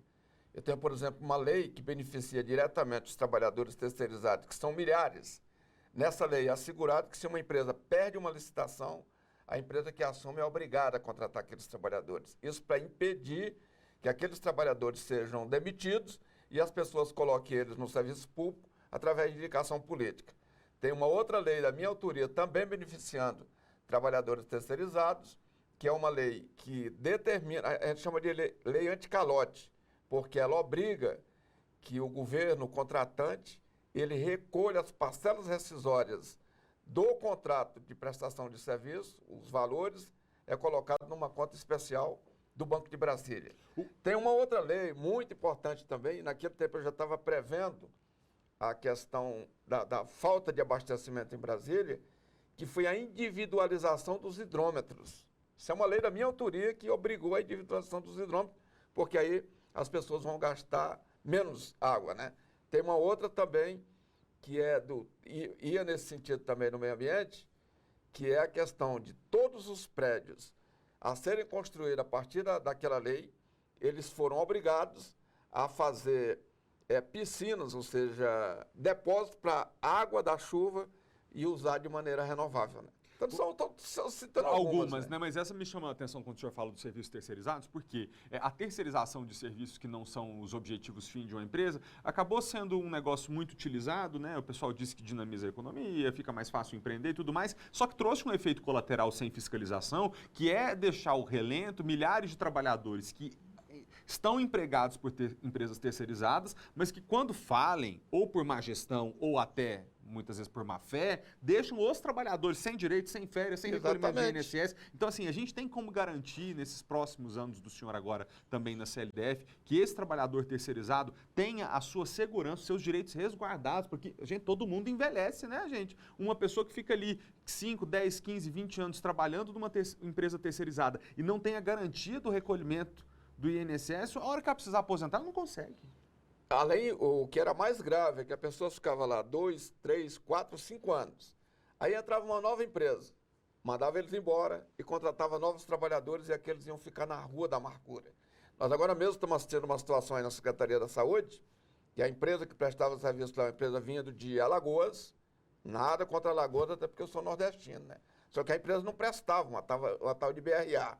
Dava calote constante nos trabalhadores. Ela agora perdeu a licitação, a Secretaria está viabilizando essa contratação dos trabalhadores baseada na minha lei. Eu conversava antes de ontem com o secretário de Planejamento do Distrito Federal, o senhor Ney Ferraz, ele está com uma... E aí eu estou dando em primeira mão aqui no SBT. Pois não. Ele está com um processo de licitação geral dos trabalhadores terceirizados da segurança de todo o complexo do GDF. Isso é uma licitação que vai envolver mais de R$1 bilhão. E ele pretende fazer isso até a segurança da rede pública de saúde, assim, os vigilantes saúde, dos hospitais. Educação, tudo. Isso vai envolver mais de R$1 bilhão, o que é importante, né? Portanto, eu estou no sentido de lutar junto ao governo para que coloque todos esses trabalhadores na segurança, todos eles, estou dizendo segurança dos direitos trabalhistas. Aí envolve merendeira, envolve trabalhador de higienização e limpeza, envolve trabalhadores vigilantes, envolve todo mundo. E outra ação que eu vou continuar é esse combate permanente que eu faço desde 1994 contra o cartel dos combustíveis no Distrito Federal. Brasília foi uma cidade que ela foi pensada para o automóvel, ela não foi pensada para a gente, tanto é que convencionou se chamar aqui no Distrito Federal que a gente tem cabeça, tronco e rodas, né? A gente aqui não anda de carro porque gosta, a gente anda porque é obrigado. Porque precisa. É obrigado porque o transporte não presta, né? Portanto, eu vou continuar combatendo esse cartel dos combustíveis. Em 94 nós fizemos uma CPI, tivemos uma participação muito importante do promotor de defesa do consumidor, que era o doutor Leonardo Bessa, ele hoje é desembargador do Tribunal de Justiça do Distrito Federal. Na época, para te ter uma ideia, nós reduzimos o preço da gasolina, que era de R$ 2,50 para R$ 1,97. Fizemos com que, alguns meses no Distrito Federal, a gente ficasse com deflação. E isso é uma coisa que o governo federal precisa atentar para ela. O maior fator inflacionário que existe no Brasil é exatamente o preço dos combustíveis. Impacta muito. Impacta tudo, desde o sujeito que vai para a feira com a Kombi levar o alface, a laranja, a banana, a galinha, tudo isso impacta com o preço dos combustíveis. Tava bom de vocês trabalharem nisso de novo para ver se a gente consegue baixar um pouquinho mais, não mexendo em política de preço que não diz respeito ao campo distrital, mas pelo menos entendendo se tem aí oligopólio, é muito posto na mão. Não, eu já encaminhei, porque sem motivo a gasolina estava R$ 4,89, subiu para R$ 5,15, quando da virada do governo, que não teve nenhuma alteração, a Petrobras não aumentou o preço nem nada, teve posto que estava vendendo até R$ 6,20. Eu entrei com a representação no CAD e também na Polícia Federal para que seja investigado. E hoje eu já vi posto de gasolina vendendo aí a R$ 5,15. Portanto, é demonstração de que eles estavam efetivamente metendo a mão no nosso bolso. E para as pessoas que estão nos assistindo aqui através do SBT, para cada 1 centavo, isso é dado de 2004, hoje deve ser mais, para cada 1 centavo que aumenta a gasolina aqui no Distrito Federal, corresponde a R$ 1 milhão que sai do nosso bolso aqui. Ô, deputado, posso fazer uma provocação? Claro. Foi lá no governo de 2014, do seu correligionário Agnello, que foi feita uma licitação de transporte público, nós estamos falando quase 8 anos depois, houve um acordo para renovar a frota de ônibus e a população está com ônibus capenga ainda hoje. Na verdade, quando teve a licitação, as empresas assinaram um contrato e na hora da licitação todas tiveram que renovar a frota. A gente teve 100% da renovação da frota. Sabe o que aconteceu? É que no contrato está estipulado que teria aqueles ônibus curtos, teria que ser renovado dali a 7 anos. Os ônibus longos, que são aqueles articulados, chegaram novos. 10 anos. Que 2 empresas cumpriram integralmente o contrato. Agora, renovando, quando completou os 7 anos, que foi a Piracicabana e a Pioneira. Uma empresa está terminando de cumprir, que é a URB. Não é o URB, é a URB, né, que é dona de ônibus aqui no Distrito Federal. Agora, e a São José? Agora tem 2, que tem mais de 1.000 ônibus, que atende a principal bacia do Distrito Federal, que é a minha querida Ceilândia e Brasilândia, que é a São José, que não renovou nada, que está os ônibus velhos caindo aos pedaços por aí, que tem ônibus que quando chove mais dentro do ônibus do que do lado de fora e que não renovou nada, e que eu estou na luta todo dia denunciando. Já fui ao Ministério Público exigindo que o governo do Distrito Federal cumpra o contrato que essas empresas assinaram e obrigue a renovação da frota. Aí eles ficam botando culpa na Covid. Só que eles não tiveram nenhum prejuízo no Covid, eles ganharam mais dinheiro durante a Covid, porque o governador decidiu manter a frota toda circulando, e ele estava certo em fazer isso, para não demitir rodoviário. Isso custou mais de R$1 bilhão da tarifa técnica de subsídio, e a São José se acha no direito de não renovar a frota. Deixa eu tentar traduzir aqui para o nosso pessoal de casa. Gente, é o seguinte, a composição da tarifa do transporte público, você vai lá no ônibus, paga R$ 5,50, não é só R$ 5,50 que custa, teoricamente, sua passagem. Tem uma complementação que é o governo do Distrito Federal que faz, por entender... Que daria hoje R$ 11,50. Então, na verdade, o passageiro custa R$ 11,50, que é por entender que transporte público é um serviço que tem que ser prestado supostamente com decência todos os dias. Ou seja, o governo vai lá e compõe a tarifa técnica, até porque existe a cláusula do contrato, que a empresa tem direito de operar num sistema economicamente viável. Então, se ela alega para o governo que está precisando de um reajuste da tarifa técnica, o governo, de certa maneira, tem que negociar. Mas aí chega num momento como esse, em que a tarifa técnica foi paga. Foi paga, botaram o dinheiro no bolso. A empresa está com dinheiro no bolso, não está renovando a frota de ônibus. Por quê, deputado? Porque o governo não fiscalizou de perto para que ela cumprisse as obrigações. E sabe o que ela fez mais, essa São José? Ameaçou o governo do Distrito Federal, dizendo que a partir do dia 1º de janeiro ela não ia mais circular. E quem está andando nos ônibus da São José está correndo risco, porque eles desativaram a oficina de manutenção. Quem faz a manutenção dos ônibus da São José hoje são menores aprendiz, não é mecânico, é aprendiz. Eu já conversei com o motorista, que ele chega de manhã na São José e sai procurando qual é o ônibus que dá conta de rodar naquele dia. Ele, próprio motorista, sai procurando. E tem vezes que ele está fazendo só uma viagem por dia. Portanto, é um crime o que a São José está fazendo com a população, e o governo precisa reagir, precisa agir. O que é que eu tenho defendido? Toma a concessão da São José, redistribui entre as outras empresas, até fazer a licitação pública que o governo terá que fazer para renovar completamente a frota. Outra coisa absurda que eu tenho fiscalizado e estou exigindo que mude é a rodoviária do plano piloto. Eu não conheço uma cidade no Brasil que tenha uma rodoviária mais desarrumada do que a nossa. Entra dentro daquele banheiro da rodoviária do plano piloto, você vai ver o fedor que tem naquilo ali. Não vou nem entrar, porque de vez em quando chegam uns vídeos aqui para nossa produção falando da rodoviária que você está assistindo aí na tela, e eu vou te falar, não é só fedor não. O que acontece ali dentro daquele banheiro, até Deus duvida. Tem assalto. Cuidado com o que o senhor vai falar aqui, que nós estamos aqui. Já tem prática de sexo lá dentro, já tem tráfico dentro da rodoviária, tem tudo. E a rodoviária é uma imundície. E quando eu cheguei aqui em 77, isso é que me deixa triste, eu vim do interior do Maranhão, trabalhador da roça, mas quando eu cheguei aqui em 77, a rodoviária era um ponto tão bonito, que naquela época eu era solteiro, quando eu arrumava alguma namorada, que aparecia, eu ia jantar na rodoviária, porque era o ponto que eu achava mais bonito no Distrito Federal. Hoje não é essa. Não dá para ir, hoje as pessoas passam por lá porque são obrigadas, né?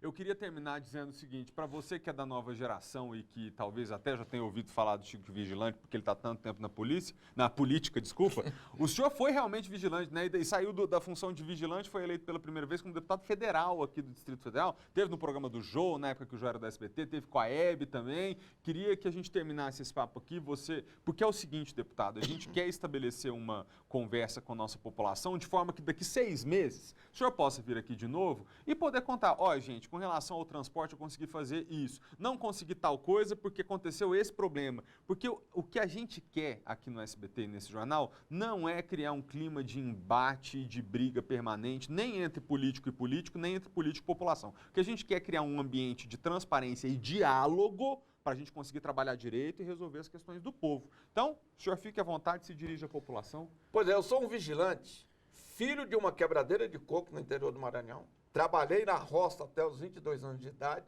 Trabalhei na construção civil de Servente, em Roraima. Trabalhei de servente na barragem de Tucuruí. Vim embora para cá em 77, fui trabalhar de vigilante. Em 79 a gente fez a primeira greve dos vigilantes. Sou fundador do Sindicato dos Vigilantes, da Central Única dos Trabalhadores e do PT, que eu tenho muito orgulho. E sempre eu digo, fui eleito deputado federal em 90, estive num momento de maior orgulho e emoção da minha vida, foi quando o Jô me convidou para o programa dele, né? E acho que eu tive um bom desempenho, que ele fez 2 blocos no SBT.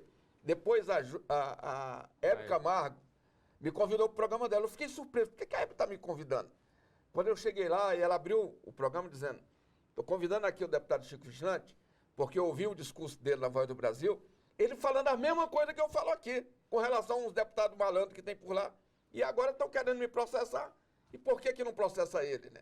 E aí, a participação no programa dela foi um negócio fantástico. Tanto eu estou no 5º mandato de deputado distrital, tive 2 mandatos de deputado federal, continuo morando na mesma casa, no mesmo canto, que é lá no setor PSU, que eu tomei uma decisão quando eu fui eleito deputado federal. A minha rua não tinha nem asfalto, eu decidi que eu ia continuar morando na Ceilândia para fazer com que a Ceilândia saísse do mapa da discriminação que a gente era vítima e passasse a ser uma cidade respeitada dentro do contexto do Distrito Federal, do Brasil e, quem sabe, do mundo, né?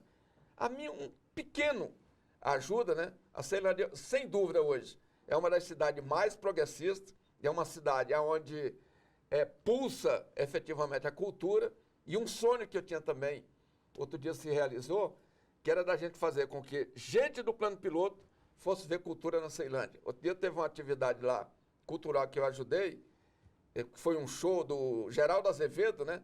E de repente eu vi muita gente daqui do plano piloto assistindo o Geraldo lá na Casa do Cantador, na Ceilândia. Vamos fazer isso mais vezes? Isso dá um orgulho, isso dá um orgulho da gente ver essa situação.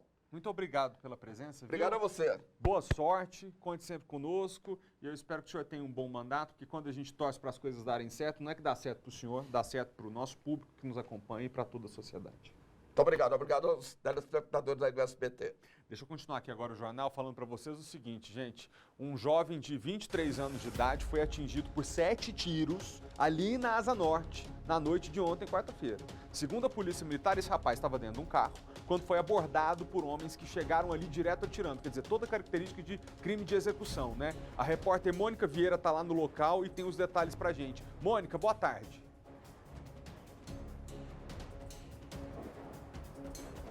Isso mesmo, Malta. Boa tarde para você e para todos que nos acompanham. Esse caso causou um terror para os moradores aqui da 406 Norte ontem à noite. As marcas dos tiros podem ser vistas aqui no chão. A perícia esteve no local. Ao menos 12 marcas estão, como essa aqui, por todo esse pátio aqui do estacionamento entre os blocos A e B, aqui na Asa Norte. De acordo com moradores, se trata de uma quadra tranquila, até mesmo em época de carnaval é muito sossegado, nunca houve registro desse tipo. Então, um jovem de 23 anos, ele foi alvejado aqui no estacionamento ontem à noite. A Polícia Militar disse que ele teria marcado um encontro pelo Instagram com uma mulher, mas ao chegar aqui, ele foi recepcionado com vários tiros. A Polícia Militar está aqui no local para falar para a gente um pouquinho mais dessa dinâmica. O aspirante Caio César vai falar com a gente a respeito dessa ocorrência que aconteceu aí por volta de 8, 9h30 da noite. Muito obrigada por falar aí com a nossa equipe. Como que foi esse acionamento à equipe da Polícia Militar para essa ocorrência? Então, Mônica, ontem à noite a equipe foi chamada, né? O que teria acontecido é que esse cidadão, Marcelo, ele teria marcado um encontro pelo Instagram com uma mulher. E aí, ao chegar ao local para encontrar com ela, ele foi recebido com vários disparos de arma de fogo. O que o senhor acredita que tenha acontecido, já que a mulher não estava e ele foi recepcionado desta forma? Então, essa informação a gente tem que continuar investigando, somente mesmo depois das informações da investigação da Polícia Judiciária é que vai ser possível afirmar o que aconteceu exatamente. Ele tem algumas passagens, mas o que aconteceu exatamente somente depois das diligências da investigação. Quando a equipe chegou aqui no local, ele foi abordado aqui nesse estacionamento, mas ele teria caído na escadaria aqui de um dos blocos, né? Então, ele, para se safar dessa casinha, pode-se dizer assim, porque a gente não sabe ainda, precisa ainda de mais investigação para saber sobre o que aconteceu mesmo, ele parou ali naquela escadaria. Essa foi a dinâmica até o momento. Isso, essa é a informação que a gente tem até agora. A gente sabe que ele recebeu, foram 7 disparos que atingiram o seu Marcelo, mas nenhum em área vital, segundo informações do Corpo de Bombeiro Militar. E aí, as próximas informações somente mesmo depois das investigações com a Polícia Judiciária. Por se tratar de uma área tranquila aqui da Asa Norte, chamou muita atenção dos moradores, né? Muita gente veio para cá. Os moradores até relataram que crianças brincam esse horário aqui embaixo, então foi um susto geral. E aí logo a perícia também esteve aqui para poder resguardar mesmo a área do crime, para poder esclarecer sobre essa dinâmica dessa tentativa de homicídio. Isso. Os disparos aconteceram à noite, né? Então já não era um horário em que haveria crianças aqui à noite. A informação que a gente tem é que ele não é da Asa Norte, então ele deve ter vindo de outro lugar para encontrar essa pessoa pelo Instagram e aí aconteceu o fato, né? Mas a gente não pode informar se isso é um acerto de conta, somente depois das investigações, mas pode ser sim, né? A gente, pela quantidade de tiro, pode ter sido uma execução, mas afirmar a gente não pode ainda. Aspirante, ele foi encaminhado para o Hospital de Base de Brasília, como o senhor mesmo disse, ele não foi atingido em locais vitais. Então, o estado de saúde dele até o momento é tranquilo, ele passa bem, o senhor tem conhecimento, ele foi socorrido ontem pelo Corpo de Bombeiros logo em seguida.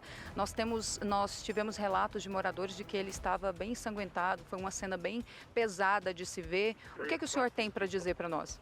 O que eu tenho para dizer é que, apesar dele ter recebido 7 disparos, nenhum foi em área vital, então ele passa bem, ele não corre risco de morrer. Tá bom? Daqui para frente agora só mesmo as investigações para poder realmente esclarecer tudo o que aconteceu, qual foi a intenção, a dinâmica, ao certo, para poder sanar essas dúvidas aqui, essas incógnitas, né, que ficam. Até o momento ele tinha realmente passagens, mas ele estava com algum mandado de prisão em aberto. Como que era a vida, a ficha criminal desse Marcelo de 23 anos? O Marcelo ele tinha algumas passagens sim, mas no momento a gente não tem informação se tinha algum mandado de prisão em aberto para ele. O que a gente sabe somente é que ele veio para esse encontro que ele marcou pelo Instagram para encontrar com essa mulher e aqui ele foi alvejado por esses 7 disparos.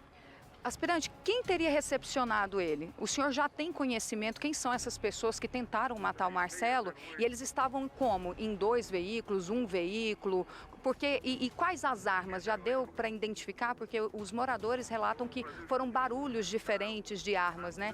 Essa dinâmica dos suspeitos, o senhor já tem algo que possa falar para a gente? Não, essa informação a gente ainda não tem. A única coisa que a gente sabe é que seria um carro branco chegou, saíram de dentro do carro. Na verdade, o carro não chegou, ele estava aqui aguardando. E aí o seu Marcelo foi alvejado. Obrigada, aspirante Caio César, da Polícia Militar, que falou com a gente, esclareceu aí sobre essa ocorrência que aconteceu aqui na 406 Norte ontem, no finzinho da noite, entre 8 e 9 e meia da noite. E nós conversamos com uma moradora que acompanhou tudo. Ela disse que ouviu os disparos, mas achava que se tratava, aí, por ser a primeira semana do ano, de fogos de artifício, que crianças soltando bombinha. Vamos ouvir o que ela disse. Eu moro aqui já há quase 18 anos, é uma quadra bastante tranquila. Esse tipo de coisa aqui a gente nunca viu, não. Nem mesmo na época de carnaval tem relatos de violência desse nível? Não, carnaval essa quadra fica bem cheia, né? E as pessoas cantando, brincando, normal, um carnaval, mas eu nunca nem assisti briga aqui. E você acordar, passear com seu cachorro e se deparar com um carro alvejado, né, com marcas no chão, o que passa pela sua cabeça? Agora eu assustei, porque eu quis acreditar que eram fogos. Então, agora que eu cheguei aqui e vi esse carro todo assim, baleado, né, todo furado, eu fiquei bem cabreira. Eu acho que à noite vai ser difícil eu passear por aqui. Qual que é a sensação? Eu estou muito surpresa. É uma sensação de insegurança, assim, que a qualquer momento você pode ser pega de surpresa em algum evento que você não está esperando, né? É um crime bem estranho. Foi uma loucura aqui. Eu tremia, porque quando o rapaz começou a dar tiro aleatoriamente, a gente pensou, meu Deus, pode atingir as janelas. A gente se abaixou assim. E foi um pânico? Foi um pânico total. Eu moro aqui há 5 anos, eu nunca tinha visto isso, nunca mesmo.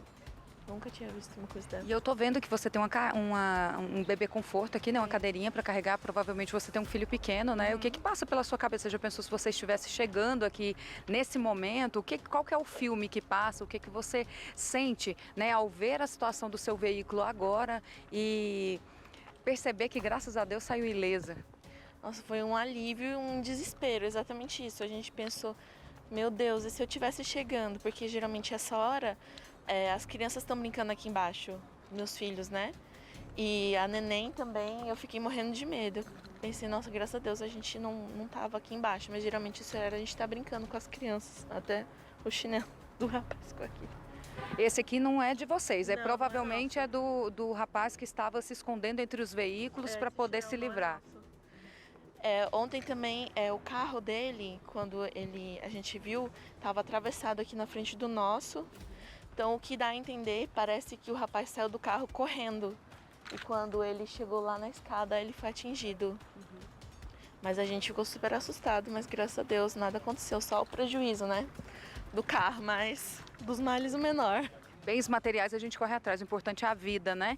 Então a dinâmica foi praticamente essa. O tiroteio aconteceu no estacionamento, para ele se livrar desses tiros, ele saiu do carro e naquela escadaria foi onde ele realmente se prostrou ali devido aos inúmeros disparos que atingiram. Sim, até aqui estava o chinelo dele, o celular, o que dá pra gente perceber que provavelmente ele correu aqui e perdeu as coisas dele e foi atingido lá na escada. E quando ele foi socorrido, qual que era a cena dele? Como ele estava? Estava todo ensanguentado. Eu vi um tiro no ombro, um na perna e um no braço. Só o que eu consegui ver, mas não sei se atingiu mais vezes, se eu não consegui ver, mas eu sei que foi uma loucura. Tinha um pessoal lá embaixo, no futebol veio um monte de gente correndo, todo mundo tentando ajudar ele, mas graças a Deus, espero que esteja bem. Foi um desespero só? Foi muito desesperador, mas graças a Deus, tudo certo, enfim. Qual que é o seu nome mesmo, perdão? Emily de quê? Barbosa. Emily Barbosa, obrigada aí pela entrevista. Pois é, Malta, a Emily Barbosa é moradora aqui do prédio onde tudo aconteceu, né, em um dos blocos, e relatou que ela acompanhou ontem pela janela os disparos, o barulho, a dinâmica, inclusive foi uma das pessoas que ligou para o socorro para poder atender esse rapaz que foi alvejado naquela escada ali.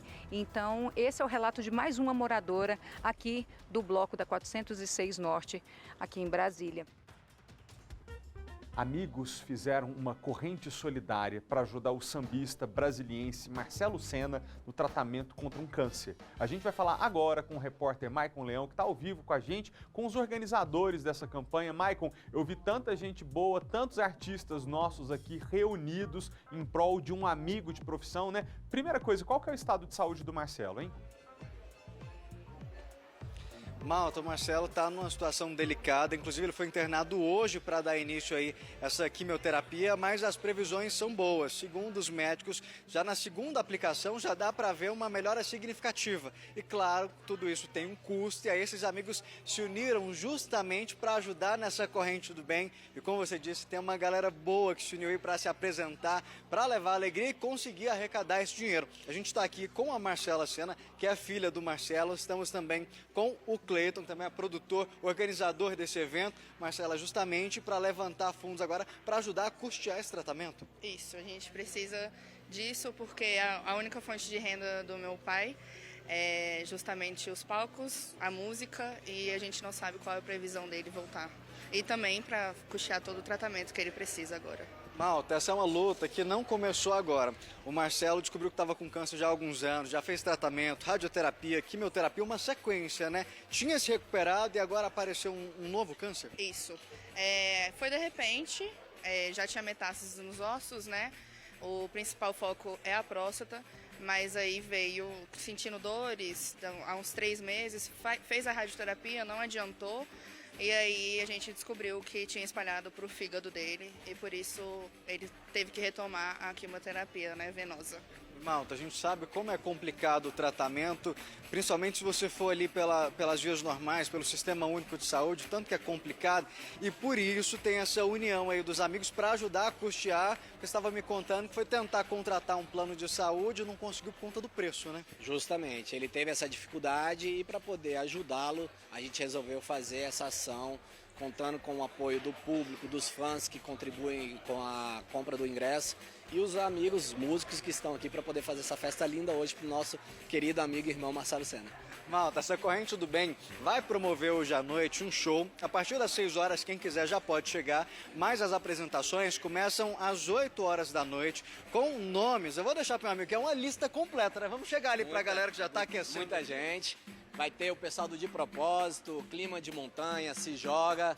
São mais de 30 atrações. E aí tem parte dessa galera que vai fazer a festa hoje.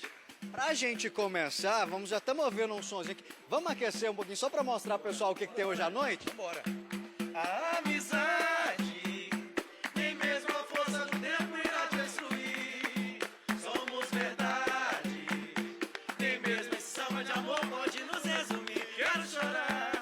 Quero chorar o teu choro, quero sorrir teu sorriso. Valeu por você existir, amigo.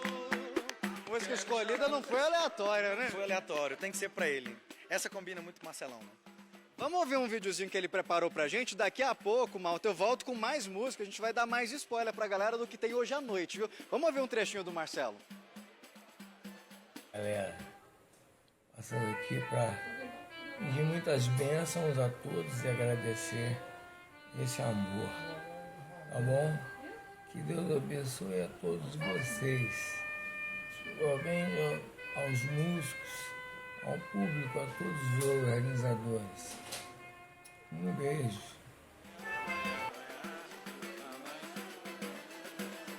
Gente, viu aí, né, Malta? Agora é hora de unir força. A gente viu esses amigos aqui todos se unindo para fazer essa noite diferente. É hoje aqui no Brasólia. Vamos convidar a galera, né?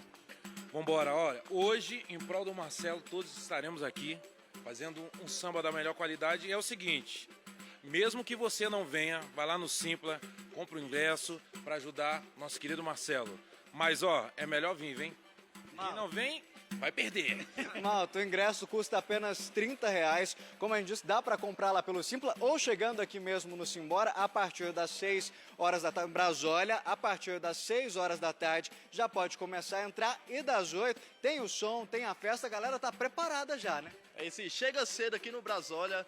Muito pagode, muito samba pro Marcelo, que é inspiração para todo mundo aqui de Brasília, da música. Quem é da música conhece o Marcelo, sabe da inspiração que ele é pra gente.